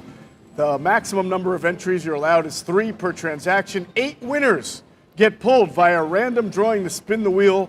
Prizes include free play, cash, and 2 tickets to a Birds home game. If the Eagles win, 2 more winners are selected. All that in here at Rivers Casino and Sportsbook, where Philly loves a winner. By the way, we have breaking news. For the first time this year, the Eagles are not favorites. First time. They're not favorites? They are not that's favorites like a 3-3? against the Cowboys Probably today. because of Hurts being out. It actually, I think even last week the early line favored the Cowboys. although okay, you said on Monday, sometimes Vegas knows something. Because it started moving before the news broke on his shoulder. Right. It started to move a little bit Yeah, it towards the did. Cowboys, which is odd. Like, how the hell do they know this? And I guess it got up to 6. What is it now? It was 5, and I believe it is now 4.5. We will Okay. get a double check. Yeah, 4.5 with an over-under around 46.5. So if you're feeling pretty good there about the Birds being underdogs, do you think you can make some money? Come right down to Bet Rivers here or Rivers Casino and Sportsbook, or place a bet on the Bet Rivers app. All right, we talked about this a little bit earlier. I want to go over it really quickly. 8 Eagles made the Pro Bowl. By the way, I was shocked. That is not even a record. They had 9 make it in 2014, which was Chip Kelly's first year. I guess, what did they go, 10-6 that year? But for whatever reason, they had 9 guys make the Pro Bowl. This year, 8, Hurts, Sanders, A.J. Brown, Jason Kelsey, Lane Johnson, Landon Dickerson, Darius Slay, and Hassan Reddick. On the flip side, there's always snubs. James Bradbury, C.J. Gardner-Johnson, Javon Hargrave, 10 sacks, did not make Josh it. Sweat. Josh Sweat. Yeah. See, again, it's because Who made it last year, by the way? You think James I don't even look at the Pro Bowl, so I don't know. Yeah. But again, Johnny somebody's- Alexander made it this Yes. year, and I don't think that he's having a great well, the year. outside linebackers, Parsons deserves it. Yep. Okay. Hassan Reddick deserves it. Zadarius Smith, good year. He's had a good year. Is that a good year? Because they put Sweat as an outside linebacker. If they put him as the edge rusher, Brian Burns has been very See, to good. me, those teams that play these fronts in this NFL, now it was different, 30 years ago. These fronts to me are not 3-4 fronts; they're 5-2 fronts. So those guys, to me, just because they're in a 2-point stance, they're defensive linemen. I know they at times drop into coverage, but it's not like the old school 3-4 linebackers. Josh Sweat is a defensive end, Right, Who who just just happens stands up. to be in a 2-point stance. Yeah. Yes. I mean, right? Yeah. Yeah. We should So petition the league for that. let me ask you this, Jay. What's that? If we should you petition the league. No, Is there it's- anybody that's not you the would best take use of out? my time. Really? Is there anybody you would take out from the Eagles of the 8 and then substitute a different player? From the Eagles? Yeah. No, I don't think the Eagles have enough people. Oh, okay. Yeah, Eight isn't enough. Dickerson made as a starter. I would think that maybe Landon Dickerson, who I think has had a good year, I'm not saying he doesn't deserve it, but I might take him out and put in a Sweat. Let me ask you a question, because I have the list. look at this stuff. Who were the corners who made the Pro Bowl? Alexander, Jair Jair Alexander. Okay. Diggs, Slay. Diggs and Slay were voted as starters, and Tariq Woolen, who's had a great rookie season. He's had a really good rookie season. Yeah. Oh, This Woolen, season's hard to take him Woolen out, should right. have been a starter. Right. Yeah. It should have been Woolen and Slay. So Bradbury got an alternate, so. Yeah. Yeah. The thing is, I know There's that. always going to be, every team's going Yeah. to say, oh, this guy should have been, that happens with every team. Yeah, it does. The one that bothered me is not, again, Who votes because for the Pro Bowl these days? fans, coaches, and players. And players. I really think front office people or pro advanced people who do Right, right. that's what they do it for a living. I think the fans should. You mean people that actually watch the tape? Yes, that's my point. Is that your point? Yeah. Oh, okay. Well, I don't. It's not weighted should either. get you in it. There should be coaches, players, and scouts. Coaches, players, and scouts. Yeah. I would You gotta agree. get with the you. fan votes. Pro out scouts. there. I already agree with you. Pro scouts, right? The amazing thing is that every single Eagles offensive lineman, starting offensive lineman, is either a Pro Bowl starter or an alternate. All 5 linemen, And because their hope- Mailata and Sam Malu made it as alternates. And their hope is they're not playing flag football there at the Pro Bowl. Their hope they're getting ready for a Super Bowl run. Yeah, you would hope so. Exactly. All right. Let's get into this holiday hoedown in Dallas between the Eagles and the Cowboys. Again, the Eagles can clinch the NFC East with a win today and move closer to clinching the number 1 seed. In fact, they can clinch. Don't they clinch the number 1 with They one can win? clinch the number Yep. 1 with a With win win. and a Minnesota loss. I thought. I don't think it's just a win. I think it's just a win. Is it just a I win? think it's just a If win. they There win, are it's, 3 they games? get everything. You're They right. get everything. everything. Correct. They get everything. Yep. You're right. If they All that don't feels- win though, and Minnesota also loses, I believe they clinch the number 1 seed. I'll tell you regardless. right now what exactly. So Keep going. a lot to I talk think, about there. yes. But that's, yeah. All right, so the last pass that Dak Prescott threw ended up, like many of his passes lately, in the hands of the enemy. Jaguar safety, if you haven't seen it by now, On a busted coverage, on too, a no busted less. coverage, he plucked a ball that was off the fingertips, I believe, of Noah Brown. Yep. Was Why it? was he there? Why was Rayshon Jenkins there? Yeah, like the safety. There was a busted coverage. Yeah, it was a bizarre. Well, that's how defense. bad things are going for Yeah. Dallas. That Yeah. It was they a bizarre- still 'cause picked the it off. The safety cut it. Here, Right. I wrote it all out. Yeah. It was 3rd and 4, and the defensive call was 0 man behind a 6-man pressure with Jenkins matched on Elliott. Cowboys anticipating man coverage called mess, which is a man beater. Key, the outside linebacker Key ran with Elliott on the real route, which was the mistake, but that allowed Jenkins to stop and be in position to catch the carom off Brown's hands. Yeah. Wow, Yeah. right place, right Yeah, time. he wasn't supposed to Jenkins be. was Actually, wrong place, right Jenkins time. was not supposed to be there. It looked like he And, was- it looked and like- by the way, Brown should have caught the ball. Sure, right. that's the biggest part of it. That Although the ball pass went rush right off his pressure hands. did force Prescott to move and throw off balance, but the throw was accurate. But it didn't. They're blaming Dak for that though. Like, Well, here's the thing. He's all the right? Cowboys quarterback. Of course, he's going to get blamed. He is the starting quarterback. He will get blamed. Welcome to social media 2022. you gotta catch the ball, man. Yeah. Like, I think we all agree. That may be the worst play in football for a receiver. Yeah, like sure. that's the worst play. Like you can drop a pass, you can drop a touchdown, but when you start to like drop a pass and then they turn it over into a and touchdown. I it's know. like, oh I my know. gosh, it doesn't Yeah. get worse than that. So here's the playoff scenario for the Eagles. Obviously, if they win, they get everything. How could they get it if they lose? Well, they can't. But if they tie and the Vikings lose or tie, they would still get the number 1 seed. So if they lose, pretty much they're not going to get it. Jeff, that's why I wait till I read it the next day. Yeah, but hold on. What if the Eagles lose and Vikings lose? Doesn't that? No, that's not the scenario. But there were 3 games up on the still have- Vikings we have- because of the tiebreaker. No. But that will put us at 4 losses. They have 3 losses, right? They have 3, yes. The Eagles would have 2. 2 if they lost Two. today. Right. The Eagles would have no, 2 what I'm- losses, yeah, right? Yeah. So it'll still be in contention there because Right. technically the Eagles can lose all of their remaining games and Final have 4 2. losses. Right. Yes. Right. And then if Minnesota loses today, which I said if the Minnesota Vikings lose today, how many losses would they have? 4. Four. So if the Eagles and Vikings both finish with 4 losses, The Eagles are ahead of Yeah, them. the aren't the Eagles Eagles? have So, them. I'm just so telling that's you what what I'm the saying. scenario Why wouldn't says. it be? Maybe It it's not says- head Well, to the head. issue becomes San Francisco. What's the tiebreaker there? If they win out, That's they a would good only point. have 4 losses. That's a good That's point what- because yeah. there might be a third team involved. All yeah. right. All right. And then you start getting to the stuff that Good that's call. Yeah. All right, You knew you there were you go. smart for a reason. All right. Well, maybe Thank the you. reason that Dak Prescott came That's why under we have you criticism for that is because he's been picked off a lot lately. He, in fact, has 7 interceptions in the past 4 games. He's leading the NFL in that span, and his interception rate of 3.9% is the highest in the NFL this year. So, Greg, I remember talking to you last week before. You felt in general, even after the Cowboys scored 56 points against, I forget who it was a couple of weeks ago, that Dak wasn't playing his greatest football. No, but I think, but you know, I will say this about Dak. And interceptions, you have to look at each one individually. Sure. Just like we spoke about the one that just happened, which is not his fault. Yeah, he's had a couple of those, by the way, that bounced off hands. To me, okay, and I've watched Prescott basically going back to Mississippi State, and I actually talked with Brian Johnson, the Eagles OC, about him because he coached him in Mississippi State because he was on that staff with Dan Mullen. Because Brian Johnson then went to Florida with Dan Mullen before he came to the Eagles. Sure. I think when you watch Dak, you see a professional quarterback. Dak knows how to play. He knows how to read coverage. He works late through progressions. I'd love to get Jason's thought on this, but I don't think the Cowboys are very talented. And maybe because they're America's team and they're the Cowboys, there's a perception that they're really talented. I don't think they're very good at receiver. CD Lamb, to me, is not, if you made a list of like the big-time #1 receivers in the NFL, he would not be on that list. Right. You got to see how they use CD Lamb. Yeah. If you watch the tape, it tells you what they know about him, because CD Lamb is used in motion a ton. Why is one reason he's used in motion a ton? They want him to get him a free release. He's a linear player. Right. Okay, he's a straight line player. He's their #1, but he's not a big time #1. After that, they really got nothing at wide receiver. Right. Gallup has not returned to being what Gallup was as a quality boundary X. Noah Brown is probably not a starting, even in your top 3, if you really wanted to let the tape tell you the story. Sure.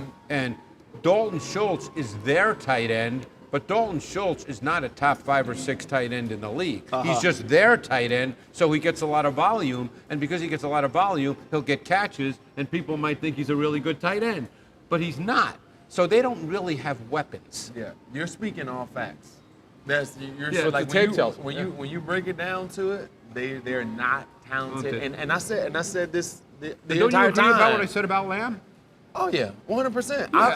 I've been saying he's not a #1 receiver. Yeah. He isn't. Like, he has the name. He was drafted to be. But that And he's a doesn't good make player him, for what he is, but he's not a big, like ideally he'll be a high production slot in a good offense. Correct. That's kind of what he is, right? I mean, he Well, basically high lines up in production, the slot. but he For needs them. he needs Amari Cooper. Right. For them, and then you take it. He's 50% of his targets have come from the slot, 50% have come outside. He has to play outside for them because they don't have people. Right.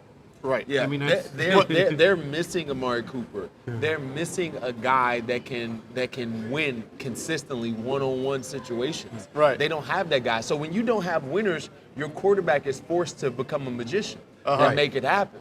And therefore you press a little bit. And make a lot of tough throws. Yeah. That's why Like, he's seen it. What was my question for you about on this segment on the script about Amari Cooper?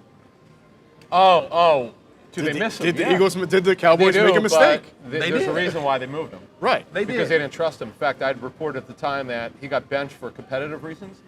So it happened to be, ironically, was it against in 2019? The Eagles here. Oh, it was terrible. I ran into someone in the hallway going to the locker room.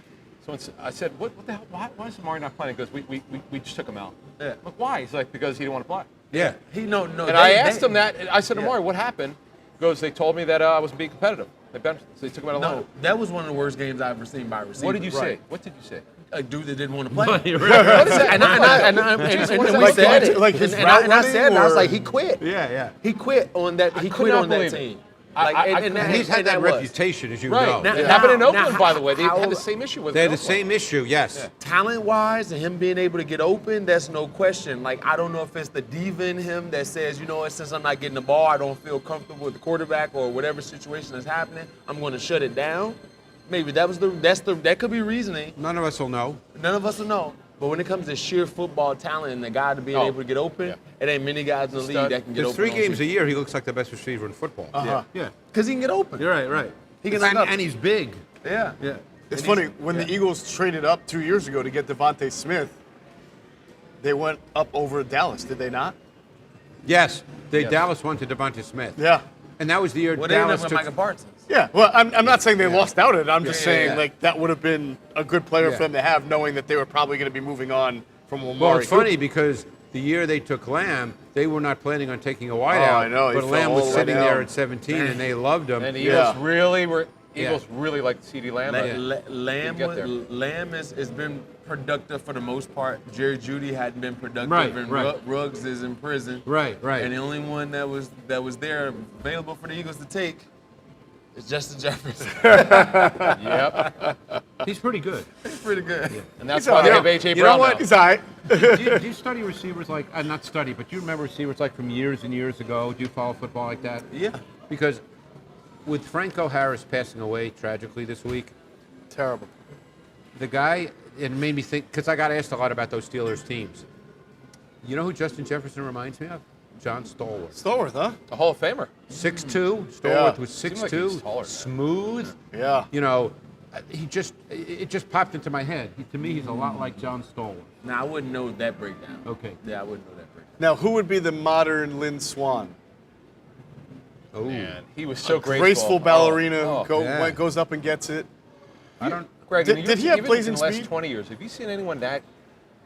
You just mean like going- Swan? Yeah, like that type of player. I don't think in my I lifetime. don't know remember if there's someone exactly like even Swan. close. Yeah. Even close to him. It's just, he had great body control. Yeah. I mean, that catch against Dallas in the Super Bowl was it 76? Maybe. Yeah. It's just But he had ridiculous. like 3 or 4 in that game. That game, he had like 5 catches for 180. It was a ridiculous game. You know, that was a whole different era. I Right. mean, a wide receiver caught 45 balls. That was a lot of balls. Yeah. I mean, I know. I was talking with Nat Moore years ago. Oh, Nat Morey, number 89. Yeah, who was, you know, Dolphins.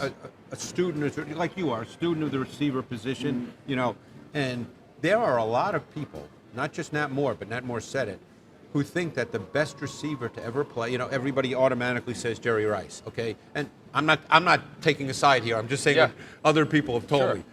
Who think that Paul Warfield was the best receiver ever He to was play. He was. But I he remember played in an with the era Dolphins, where, yeah. especially when he went to Miami, when they were a running football team, I think one year he caught like 26 balls and like 14 touchdowns on like 26 catches. He was number but they- 40 he was number they didn't throw 42. the ball. It was just a Great. different time. It was just a different time. different He's Yeah. actually one of the best receivers in NFL history. He was phenomenal. No, I remember but- him as a kid. yeah, yeah. I actually saw him playing the Orange Ball in the mid-70s. Yeah, but you know, I mean, that's what some Statistically, you people. can't argue with Jerry, but No, but and that that's doesn't mean that a guy Right. that was so Talent supremely standpoint. gifted Right. and based on his opportunities, because that's what I live for. Like, how many opportunities are you making good? Harold on? Carmichael would have like 120 catches now. When he was playing. God, every year. 6'8". Yeah.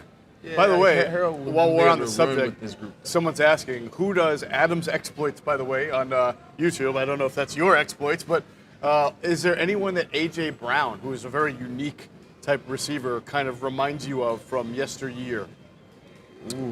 I would say not exactly, but this name just popped into my head just because of the size and physicality. And this guy would have been a Hall of Famer if he didn't get hurt, but Sterling Sharp. Oh, that's a good one. Okay. That is a great comparison. That is really good. That is a great comparison. I like Sterling, did Just he line popped up? into my head. Sterling Sharp was a There you go. excellent Yeah, I receiver. know. He was. Excellent I mean, route. they're a big, But strong wasn't guy. he mostly in the Yeah. slot though? No. Sterling was he was also outside. outside, Okay. yeah. He was just physically both? imposing. Okay. He was like 6 feet T.O. even, yeah. before T.O. Yeah. Uh-huh. Oh, he was. Talk to Andy Reid about Sterling no, Sharp he- because yeah. he coached him. He was with Green I Bay. worked with him for a year at NFL Network. You know, Well, I know Sterling. I love yeah, Sterling. He was. And he's a super smart guy, like ridiculously His hands intelligent. were so big, Yeah. so strong. He was one of the best players I've ever seen. Oh no. Yeah. Great I- comp. I- love that. Shannon Sharp said he's the only player in the NFL Hall of Fame whose brother's better than him. Oh no. If he, I would agree with that. He had the neck injury and he was forced Yes. to retire, or he would have been in the Hall of Fame. Right, right. No, without question. He was Yeah. unstoppable. So Unstoppable. let me steer us back to Dak a little bit because I want to see what you guys observed, Jason, yourself especially. I get the receiver core, I think, has hurt him. Yeah. Does he seem reluctant to drive the ball because of this? You gotta have you have to have winners on the outside, Yeah. Right. and you gotta trust. When a quarterback doesn't trust that you're gonna make a play for him, that's a tough situation. Like, he's gonna make some throws, like, and I don't and to be honest, I don't see many shot plays called by the Cowboys. No. Because Gallup's on himself. The Eagles It's a great point. are calling shot plays, Yeah. especially Repeatedly. since the break. Right. Since we had the bye, their game plan is like, yo, we got to take shots down the field and throw the ball earlier in games. So it's some intentionality there. With the Cowboys, it's not so much. I agree with you. And Gallup not being the boundary X that he was before the injuries, because they would take shots with him. They would work him in one-on-one routes because the X receiver, particularly when he's on the backside of trips, often gets one-on-one. You don't see that much in the Cowboys offense now. When you watch Gallup, Greg, do you notice he's just not there? Well, again, Can you tell? yes, I do notice that. I Okay, mean, I can't sit here and say, oh, he looks 0.3 slow. That's hard Sure. for me to know. But the point is, he's not used and deployed in the way in which he was. That tells me that there's something that's not right. Yeah. And you guys got to remember, too, like if you feel as a defensive coordinator that your number 2 can match up with Lamb and I can just put my number 1 on speed, like you can deploy your cornerbacks in whatever variety you want when you play against the Cowboys because you don't have that guy that's going to force you to go outside of your game plan to adapt to him. Right. Right. So some of the points you guys made about CeeDee Lamb are really fascinating because if you just look at from a peripheral standpoint, his numbers are the best of his career. He's got 81 catches, 1,087 yards. He's averaging about 78 because he's targeted a lot. But And they don't have how many targets? But that's my point. The advanced statistics on him tell a different story. Yards per catch, 14th. Yards per target, 8.8. That's 15th.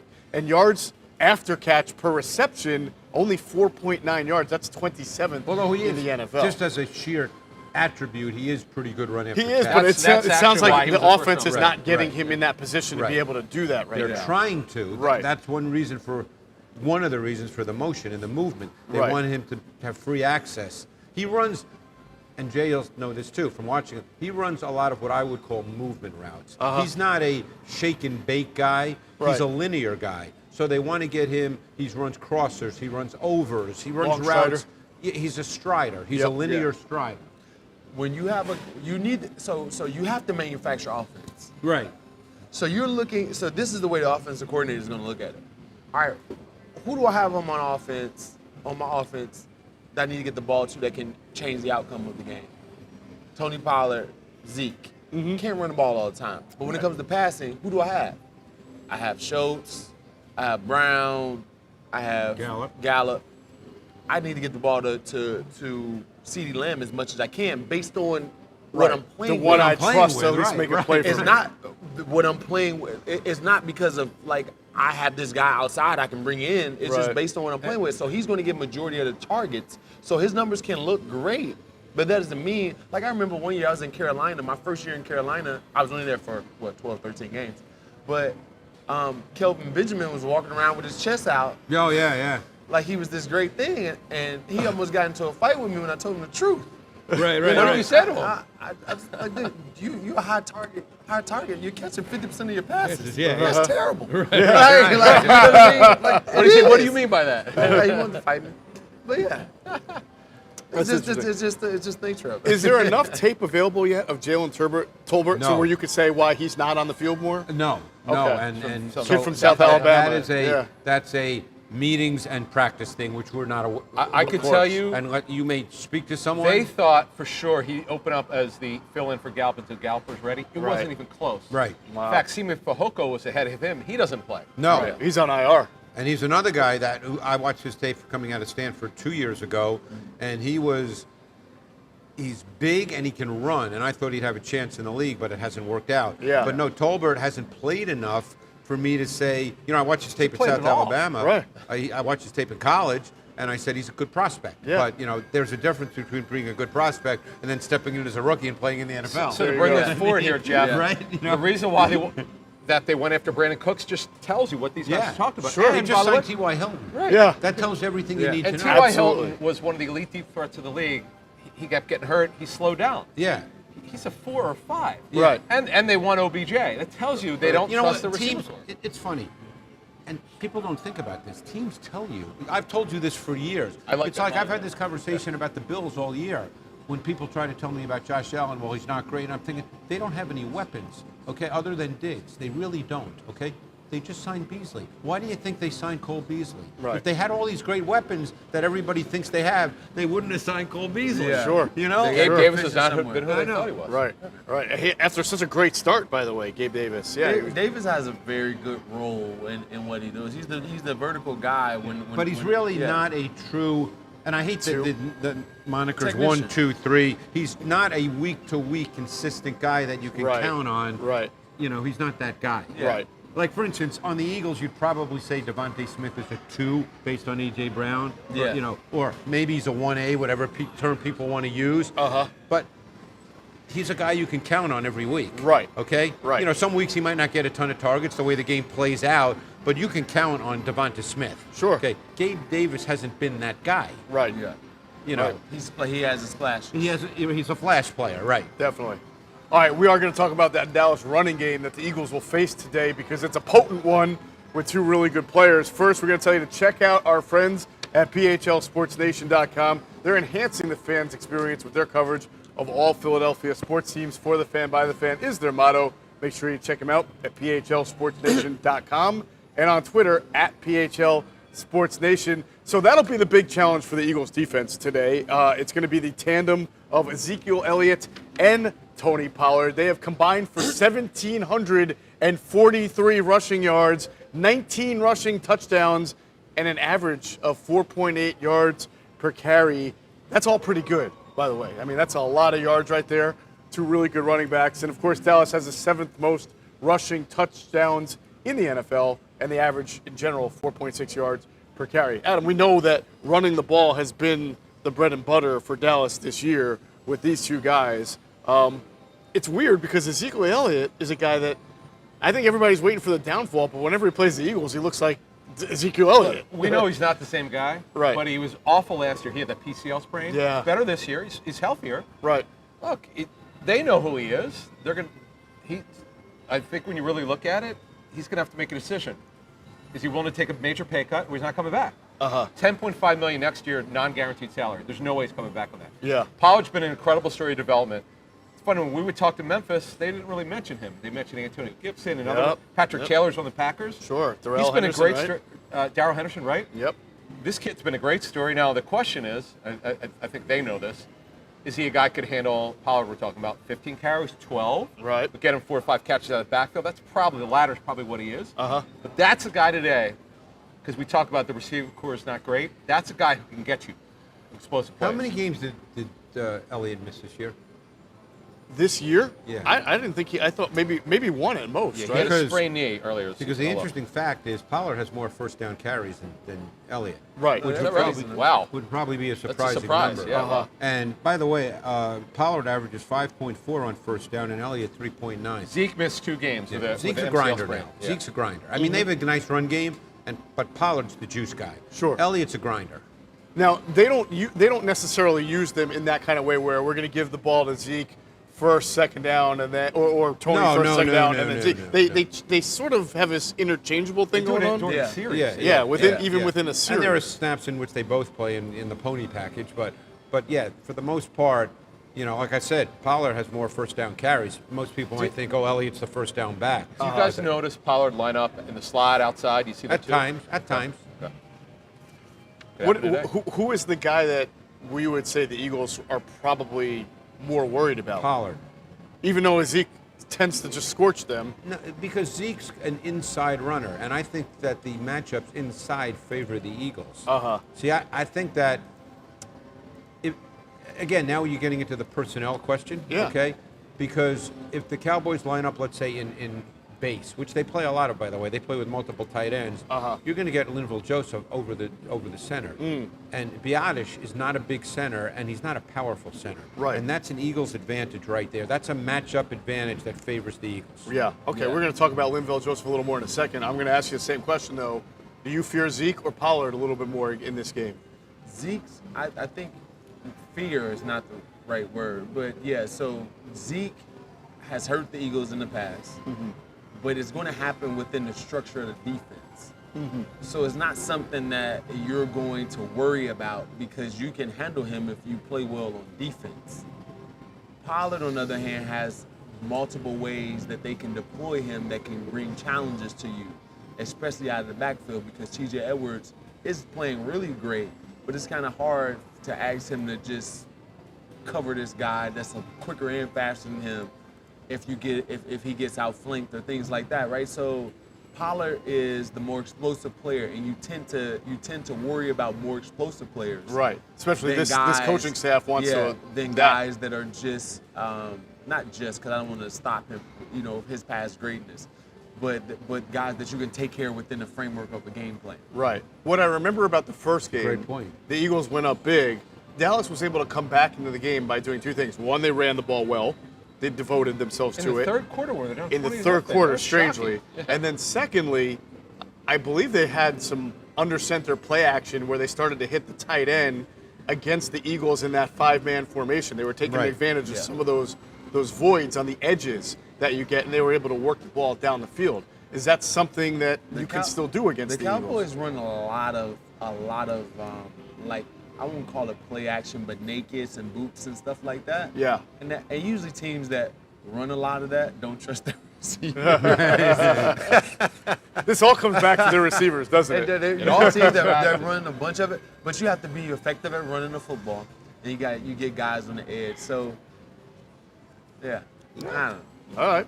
It was just a couple of years ago. They had Amari, and who was their other receiver that was pretty good? They've really kind of switched over their. Gallup was playing really well. Oh, it was Gallup. That's Gallup right, was but really re-injury well Gallup. Yeah. with Amari Cooper. Yeah. Because Amari would be their Z. Gallup was their And you know who was boundary really X. good for them last year with injuries was Cedric Wilson. That's right. That's why he got the big contract. Yeah, that's why he got a big like the way Cedric Wilson played last year, he would be a really helpful for them right now. Yeah. Very useful. Yeah. By the way, for a guy who doesn't run really fast, Noah Brown, if you go through his game by game, he's had some big plays. Now, I don't know if it's Right. run after the catch or whatever, but he's got about 6 or 7 plays of 30 or more yards on this in this offense. Is that just right time? Right? What do you see from Noah? Because I remember you liked him. Yeah, a little bit. I mean, Noah Brown was another guy. He came out of Ohio State, didn't catch a lot of balls there, and they always get receivers. Right. I always liked him as a player because they used to use him before this year when he's been forced to play as a receiver. They kind of used him as a blocker in many ways. He's about 225. They'd motion him into the formation and he'd block in the run game. Yep. He's caught some balls this year, but, and I know he's had a few big plays, but he's not really a big play receiver. No, not a big play receiver. He's just a receiver who's good had a back- few he's- big he's plays. good Correct. backup receiver. Right. Correct. Yeah. Right. Yeah. Right. Exactly. You only can play what you have. Right? Exactly. You got to dance for the girl who brung you. There you go. Or All maybe right. you don't. gonna Maybe ask you you don't. that, I yeah. don't know. Well, we're gonna Depending on who you are. we're gonna get into who the All while looking for the next one. That's what the Cowboys are doing right now. BJ. always got their eyes on something Brandon bigger. Cooks. That's right. All right, we'll get into who the Eagles are dancing with in run defense. But first, I want to tell everybody, Public Square and Rebel Hill, they're back. That's the team of James and Zach, and they're back behind controls, bringing Inside the Birds to you in high definition with great graphics, videos, and more. Contact Public Square Media and Rebel Hill Productions to produce your webcast, podcast, live show, or anything else you can dream of. This team can bring it to life just like they do every weekend here with Inside the Birds pregame live. Such a great content, but really it's the presentation, it's the guys that do such an excellent job. We salute them. We also want to give a shout out to Marlene from Bridgeport, PA. She brought some cookies thank you. on the set. Yeah, she gave them to Zach to give to us. So we appreciate it, Marlene. I'm sure they taste great. Look forward to diving into those after the show. Got that spirit, Christmas spirit. That's right, Christmas spirit. All right, so we were talking about the Eagles' run defense. Linval Joseph likely to see some time today. The Cowboys come out Likely. How about in their base a lot? offense. How about Yeah. definitely? Yeah. How about definitely going to see a lot of play He's today? been a story, man. So since he's been signed, the Eagles are down in rush defense as far as they used to allow 125 rushing yards per game. It's down to 115. Still probably more than they like, but that is a big difference for them. But it's situational. Like Situational, when yes. you're up, you would love them to run. Like the game against Dallas earlier. You'd love if you're up 20-0. Please, Dallas, keep running. Yeah. Please Well, run. the interesting thing is the average yards per carry against the Eagles is really not that different. It's still 4.5, 4.6, but we have not seen a game like Washington where a team is just going to grind and run and be able to move the chains. And not only that, originally Linval Joseph was brought in when Jordan Davis went out with an injury.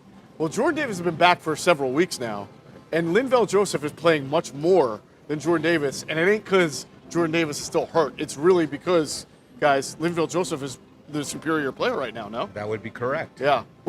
Davis did not play well last week. In what way? Tell us how.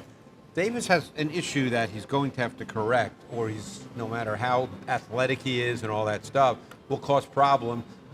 It would make him a splash player because he is a great athlete for his size, but would prevent him from being a consistent player for what he is.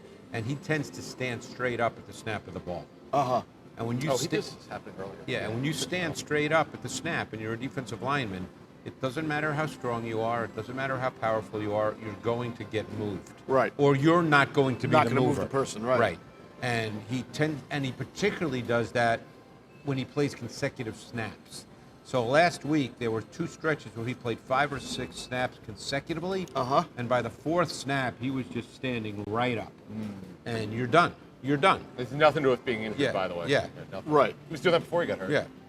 And if that doesn't get fixed, You're going to get moved. then, see, it gets down to this. Yes, can he be freakish athletically? And obviously, I was at the combine on the field when he ran a 4, whatever it was, 7.8, 4.8, which for a man that size was just absurd, okay? And you see a flash here and there, as in his first year here in Philly, where he makes an athletic play that you go, oh my God, a guy like that shouldn't be able to do that. But the Eagles traded up to get him at 13. They didn't do that to play 20 snaps a game. But here's the question I would have, and Howie's done an unbelievable job, Howie Roseman, and I'm sure they did all their due diligence, but he played 20 snaps a game at Georgia.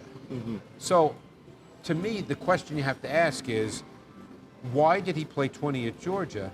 And do you really anticipate down the road that he's going to play 50 snaps a game in the NFL? See, to me, that's the question. 20 snaps a game is a run defender. Right. Okay. That's a 3rd or 4th round pick, by the way. Correct. That's not a first And by round the way, pick. I had a conversation with a personnel guy who basically said the same thing you just said, that yes, the guy can be freakish, but if you're using him solely in that way, that's a later round pick. Sure. You're not drafting a guy in the 1st round to defend the run in today's NFL. Right. So No team does that. no team does They that. just don't do it So anymore. I'm just curious as to, they obviously see him as more. But he needs a lot of development to get to the more. I think when you make a pick like that, based on his career at Georgia, you're showing a lot of faith in A, your coaching staff, and B, And your your training staff. Sure, to get in better shape. right, and right. the technique part about it is, Right. is what Greg is talking about. It's simple. You can't be standing up like that. You got to be able to bend. Right. Here's my question. Why do you draft a guy 13th to train them? That's a great point, too. Well, You just don't. I Like, can you say this, that train people look at the draft, though, Jay, as not now, but 3 years down the road. And if they felt as a team that Right. in 3 years they will have him lighter, better technician, and us playing, as Greg said, 40, 55, 65% of the snaps, if you think you have something like Haloti Ngata, but even more athletic, then Dexter Lawrence. or Dexter Lawrence, who also started off the same way. He didn't play full games for the Giants to begin with. Okay. That's what the team's But always you have saying. these We don't issues, draft though. for now. We draft for And 3 by the years way, down that's a road. valid. Yeah, Sure. sure. It is. I have never seen an NFL talent. Well, let me back off that statement. I'll say this: you're at your peak shape when you're in college. Should be. You should be, yeah. He's at Georgia. That's just from my history. I mean, Georgia's got to have some of the best facilities known I to man. remember coming out of college, University of Michigan, Right. laughing at the conditioning test. Like, are you right. kidding me? Is this it? Right. And realizing that 2 years from then, it would be the hardest thing you do in your life. Right. You know, because it was such a decline when it came to strength and conditioning coming from college to the pros. So what I'm saying is that it's going to be very, very hard to change. If you didn't see change at Georgia, it's going to be very hard to change. Right. Well, I guess the third part about that is you put faith in your coaching staff, you put faith in your medical staff, and then the third part is, what do you find out about the kid? Is he driven enough to be Well, able you'd like to think you know overcome that. Right. Every team. This is not a knock on Howie Roseman and the Eagles. Every team you'd like to think that you know that answer. Now, Sure. maybe you can't know it 100% to the exact, but you'd like to think you've done enough due diligence that you feel pretty darn good that who you draft is you're not going to have those issues. Right. You never really have problems drafting if you're like not. I say never, but if you have a guy on your board prior to the combine workout, and then there's a bunch of guys after the combine that just appear on your board, Right. those guys are problematic. Correct. Because Correct. you've You did seen move them a up, yeah. million, hours of film on this guy, and they made it to your board for a reason. Right. And then the guys just flashed at the combine, and now they appear on everybody's board. The only Bias player beware. And you know Bias beware. because we're there every year. Yeah. You know that So is he. too many. Oh yeah, that too many teams make decisions like All right, that. I'm going to give you And one. that always blows me. Not that I'm smarter than these guys, but it blows me away that you watch a guy in shorts and a t-shirt doing things that you don't really do on a football field, and you decide that makes him a better player. The only situation I see that makes that better is if it's a guy that you don't have much tape on. Right. He's coming from backyard state somewhere, Right, and right. he flashes. That's the only thing. Now you go back and watch I'll tape. give you a guy, okay?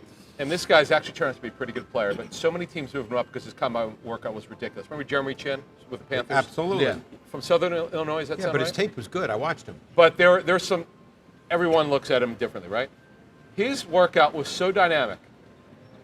He went a lot higher than people projected him to when he went from the fall, than when they graded his fall tape, and projected what he could be at the next level. His workout was so good, and I know the Eagles analytically loved it. Like the analytic numbers were phenomenal. So he moved up from what would have been a third or fourth round pick to a second round pick because of the analytic numbers from his workout. Yeah. This is what happens. It's a bunch of guys. Yeah. But- Chad Jackson from University of Florida, had an he ran maybe 4.28 at the combine. He went from being a fourth round pick to a second round pick. Patriots missed it because he ran fast. Right. Can't do that. Well, we've talked a lot. We talked a lot all year, and you guys too, on the pod with Q&A, right? We talked a lot about all the one-year contract guys, whether it's Bradbury, whether it's TJ, whether it's Kaiser White. So many guys in the offseason whose futures are uncertain because it's the last year of their deal. Linville Joseph is a guy that was not part of that conversation.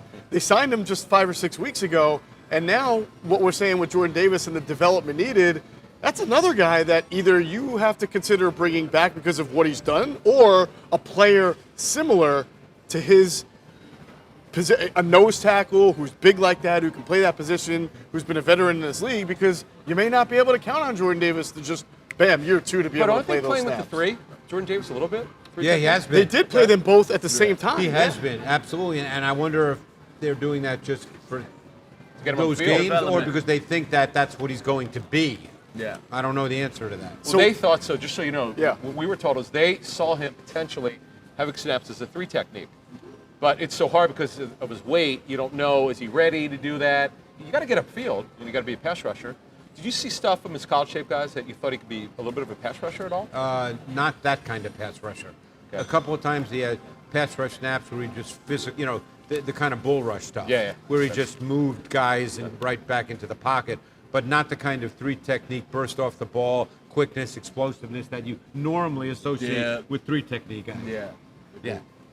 All right, let's move on. Let's get into our favorite segment. It's all about the sports stock market. You've heard us talk about MOJO. They're building the sports stock market where you can invest in your favorite players. You invest in what you know. Forget Fortune 500 companies. You don't know anything about them. You know quarterbacks, wide receivers, tight ends, running backs. So turn that knowledge into real money with MOJO. It's real stats, real value. Shares entitle you to a guaranteed payout based on career-ending stats. There's no off days, no off season. Share prices rise and fall constantly in real time based on those career-long projections. You can cash out anytime you want. You can build a huge portfolio of players that you are buying and selling based on your terms and how you're feeling about them. Every play, every game, every season. They got a great multiplier tab for, you want to double or triple or quadruple your investment. You click on the multiplier and watch your money grow.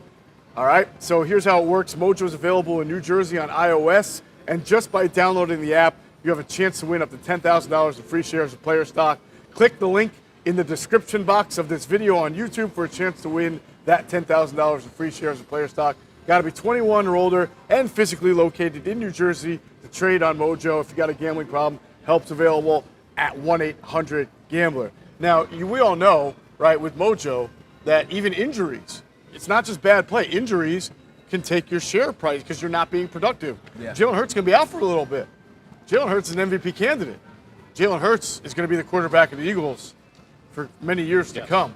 Sure. Feels like an advantage to a good opportunity to maybe watch 'cause the share price shares should go drop down, right? and then do some investing. What do you think about that, Jay? I think that's a great idea. It's always about trying to figure out which guy is going to give you the max return. Yeah, so his numbers are going to drop because he's down. So, yeah, Jalen Hurts is going to be with this mentality. He's going to grow as a player. He's going to get better. Right. Now, because this is about career-ending projections, right, you're always looking for the diamond in the rough or the next successor. If Miles Sanders, who's had such a good year, he may strike it big in free agency. If he's not an Eagle next year, a guy like Kenneth Gainwell could see some big opportunities. We're starting to see Gainwell a little bit more involved. Greg, do you feel like he's catching the ball better? He's a little bit more involved in the offense than earlier this year? Well, I think they see him that way because he's playing a few more snaps. Yeah. Yeah, I mean, I don't know what his future role could be. I'm not sure he's a quote-unquote feature back, and that's a relative term. I mean, you know, he's not going to be a 20-carry-a-game guy, I think, in any scheme. Sure. But could he be a guy that gets 11, 12 carries a game and is a factor in your passing game? Could he grow into that? I think he can for sure. Okay. You know, Question. How much Cardinals tape did you watch from last week? I didn't. Okay, so Why I'm would not going to anyone ask you watch about it? Trace Yeah. McSorley then, Yeah. huh? I didn't watch that. All He's right. a Penn State guy. You can tell us everything we need to know about Hey, Trace hey, back off. What do you want to know You're about not wrong, though. You're What do you not want to wrong. know about Trace McSorley? Well, can he play in the NFL? He is playing in the NFL. Can he play well in the NFL? Is he not?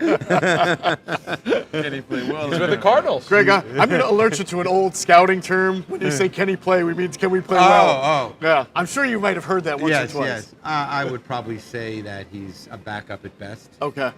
Back up at best. All right, that's Yeah. probably about right. That's probably fair. about fair. Yeah. How about this kid? I want both of you guys to talk. This New Orleans receiver who's had some big plays this year. Shaheed? Shaheed, yeah. Shaheed? He is up Yeah. 20% on MOJO, and every time I see him, he seems to be making a big play. Well- What do you think?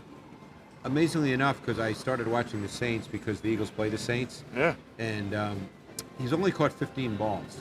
Okay. He was a big-time return man at Weber State. Big time. Like all-American type return man. He is straight line fast. That's what he is. He can run.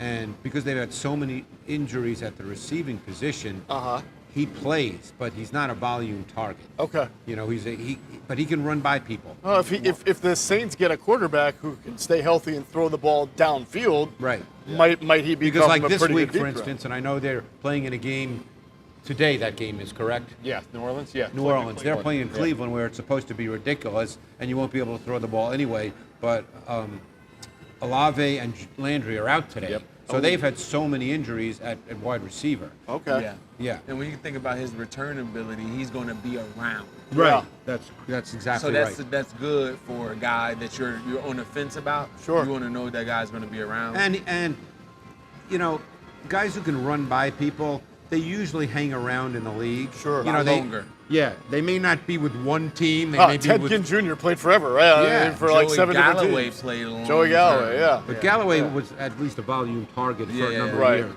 right. Shaheed won't be a volume target, but he can run. Sure. Who am I thinking of who played for the Bills last year? Was John it Brown? Was it Sanders? Emmanuel Smokey? Sanders. Oh, but he Brown was played better well. than that. Yeah. But John Brown is back, you know, point. because he can run too. Right. You know, yeah. Guys There you that go. run, Deshaun's back because Yeah. At 35 years Deshaun old. Jackson does not go away. It's Oh, you know who's another unbelievable. great example of that? Devery Henderson. Oh, Dever, yeah, from the Saints. Right. He can run out of LSU. Devers, Yeah. He He could. could run too, yeah. Yeah. He had that great play in college. They won on the last second. Remember that Dever Henderson play, LSU? Yes. Yes. Now he had trouble catching the ball sometimes. Yeah, and he was could with the run. Saints when Breeze, you know, when they used to throw a lot of those seam David balls. Colston, yeah. Those And he- really fast dudes do have, Yeah. catching Yeah, power. they hang around. God doesn't give you all. All right, let's move on to our player to watch segment, brought to you by Game Time Watches. Game Time Watches is the leader in licensed sports watches. Get your favorite NFL, NHL, or MLB team logo watch now at GameTimeWatch.com. Eagles fans, Game Time Watches is partnered with Inside the Birds. We're offering a special promo code for 20% off using code ITB20. That's ITB20 for 20% off. at GameTimeWatch.com. And that code applies not just for Eagles watches, not just for NFL watches, but anything not already discounted. A lot of styles to choose from for men, women, and kids.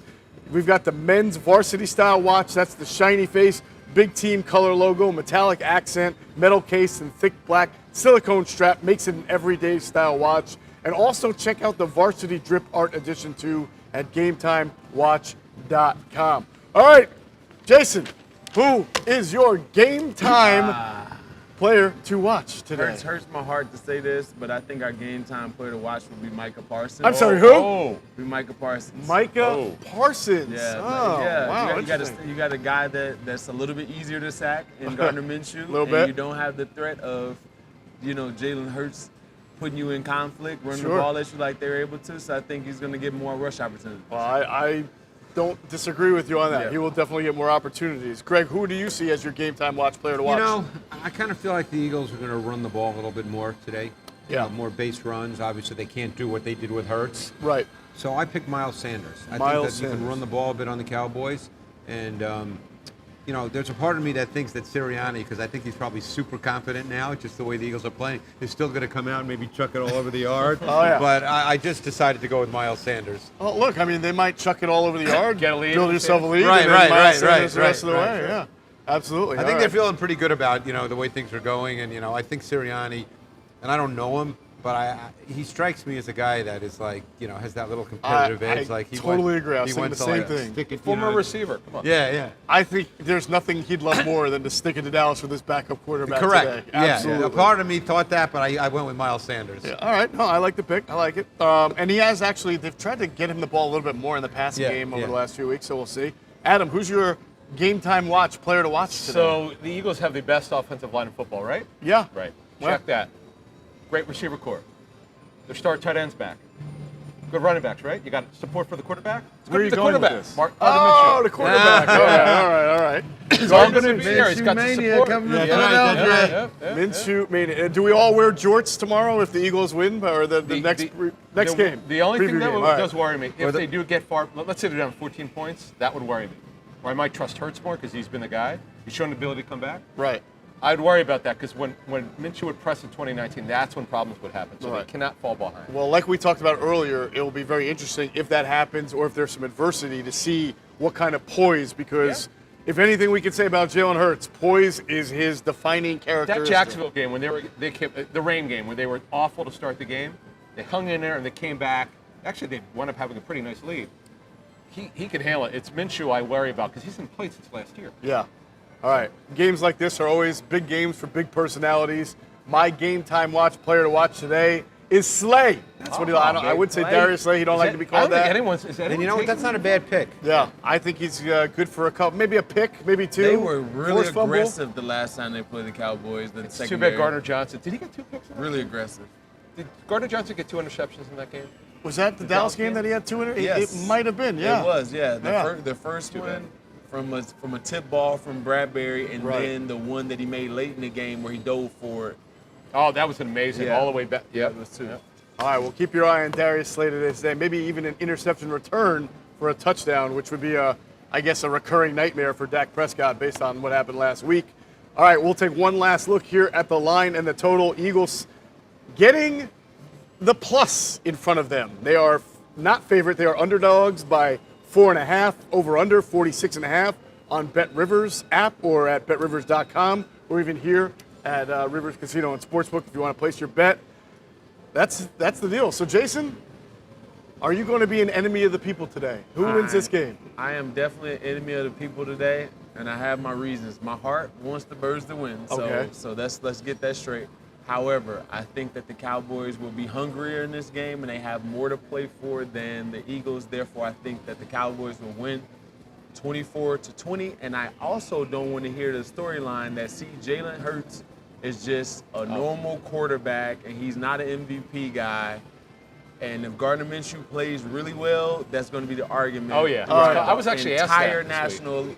So this media. game is a referendum on Jalen Hurts' MVP candidacy. If the me. Eagles lose, he's the me. MVP. If they win, it's going to be anybody I can think go in that's and do how it. it's going to be. Yeah. Well, that's a good sports talk radio week right there for you. Yeah. Greg, who wins this game and what's the score? I think it's going to be a relatively close game. But I did pick the Birds, and I can't remember the score. 24-20. 24-20? Yep. No, we had the same score, just okay. opposite. Yeah. I mean, and I actually agree with what Jay just said. I mean, my guess is Minshew will play pretty well. I mean, whatever that means, And then I think if he does, you're going to start to hear that, anybody can run the Eagles offense and all that, which is a bunch of garbage, obviously. But no, I'm going to pick the Birds. Okay, 24-20. Adam, who wins today? Yeah, I've got it. It's funny, people like the way we presented it on our Friday show. I've got it. Birds 27, Cowboys 24. Okay. Probably a little bit rich. Yeah. A little bit scoring, a little bit more scoring. You're going with the over. You're the only one so far. It'll go back and forth. But I believe that Minshew will play well. Goddard being back is everything. That and also, not that he's a big deal, Zach Pascal, but for the run game, what he means to, I know the coaches love him, tough guy. They're in pretty good shape here. And look, Blankenship's back. Yeah. I think they're going to win this game, but Dallas will fall behind. They'll have to throw. This is what happens in this league. Scores up, but they'll win the game. The Eagles will close and win it. I think it's going to be an ugly, low-scoring game. Definitely under the 46.5. Probably some turnovers. That's why I picked Darius Slay as my player to watch. But I have the Birds winning and clinching 20-16 today. Remember, you can bet the game right here at Rivers Casino and Sportsbook or on the Bet Rivers app. Big thanks to Rivers, MOJO, Game Time Watches, Sky Motor Cars, the teams at Rebel Hill and Public, of course, Marlene for the cookies. And thank you to all for watching. Everybody have a Merry Christmas. Everybody have a Happy Hanukkah. Enjoy, celebrate responsibly. And make sure you check out coverage of the game afterward. It's going to be myself, Adam Caplan, Trey Thomas for Inside the Birds post-game live, and, of course, more coverage at InsideTheBirds.com. So for Jason Avant, Greg Cosell, and Adam Caplan, I'm Geoff Mosher. Thanks for watching Inside the Birds pregame live. Enjoy the game.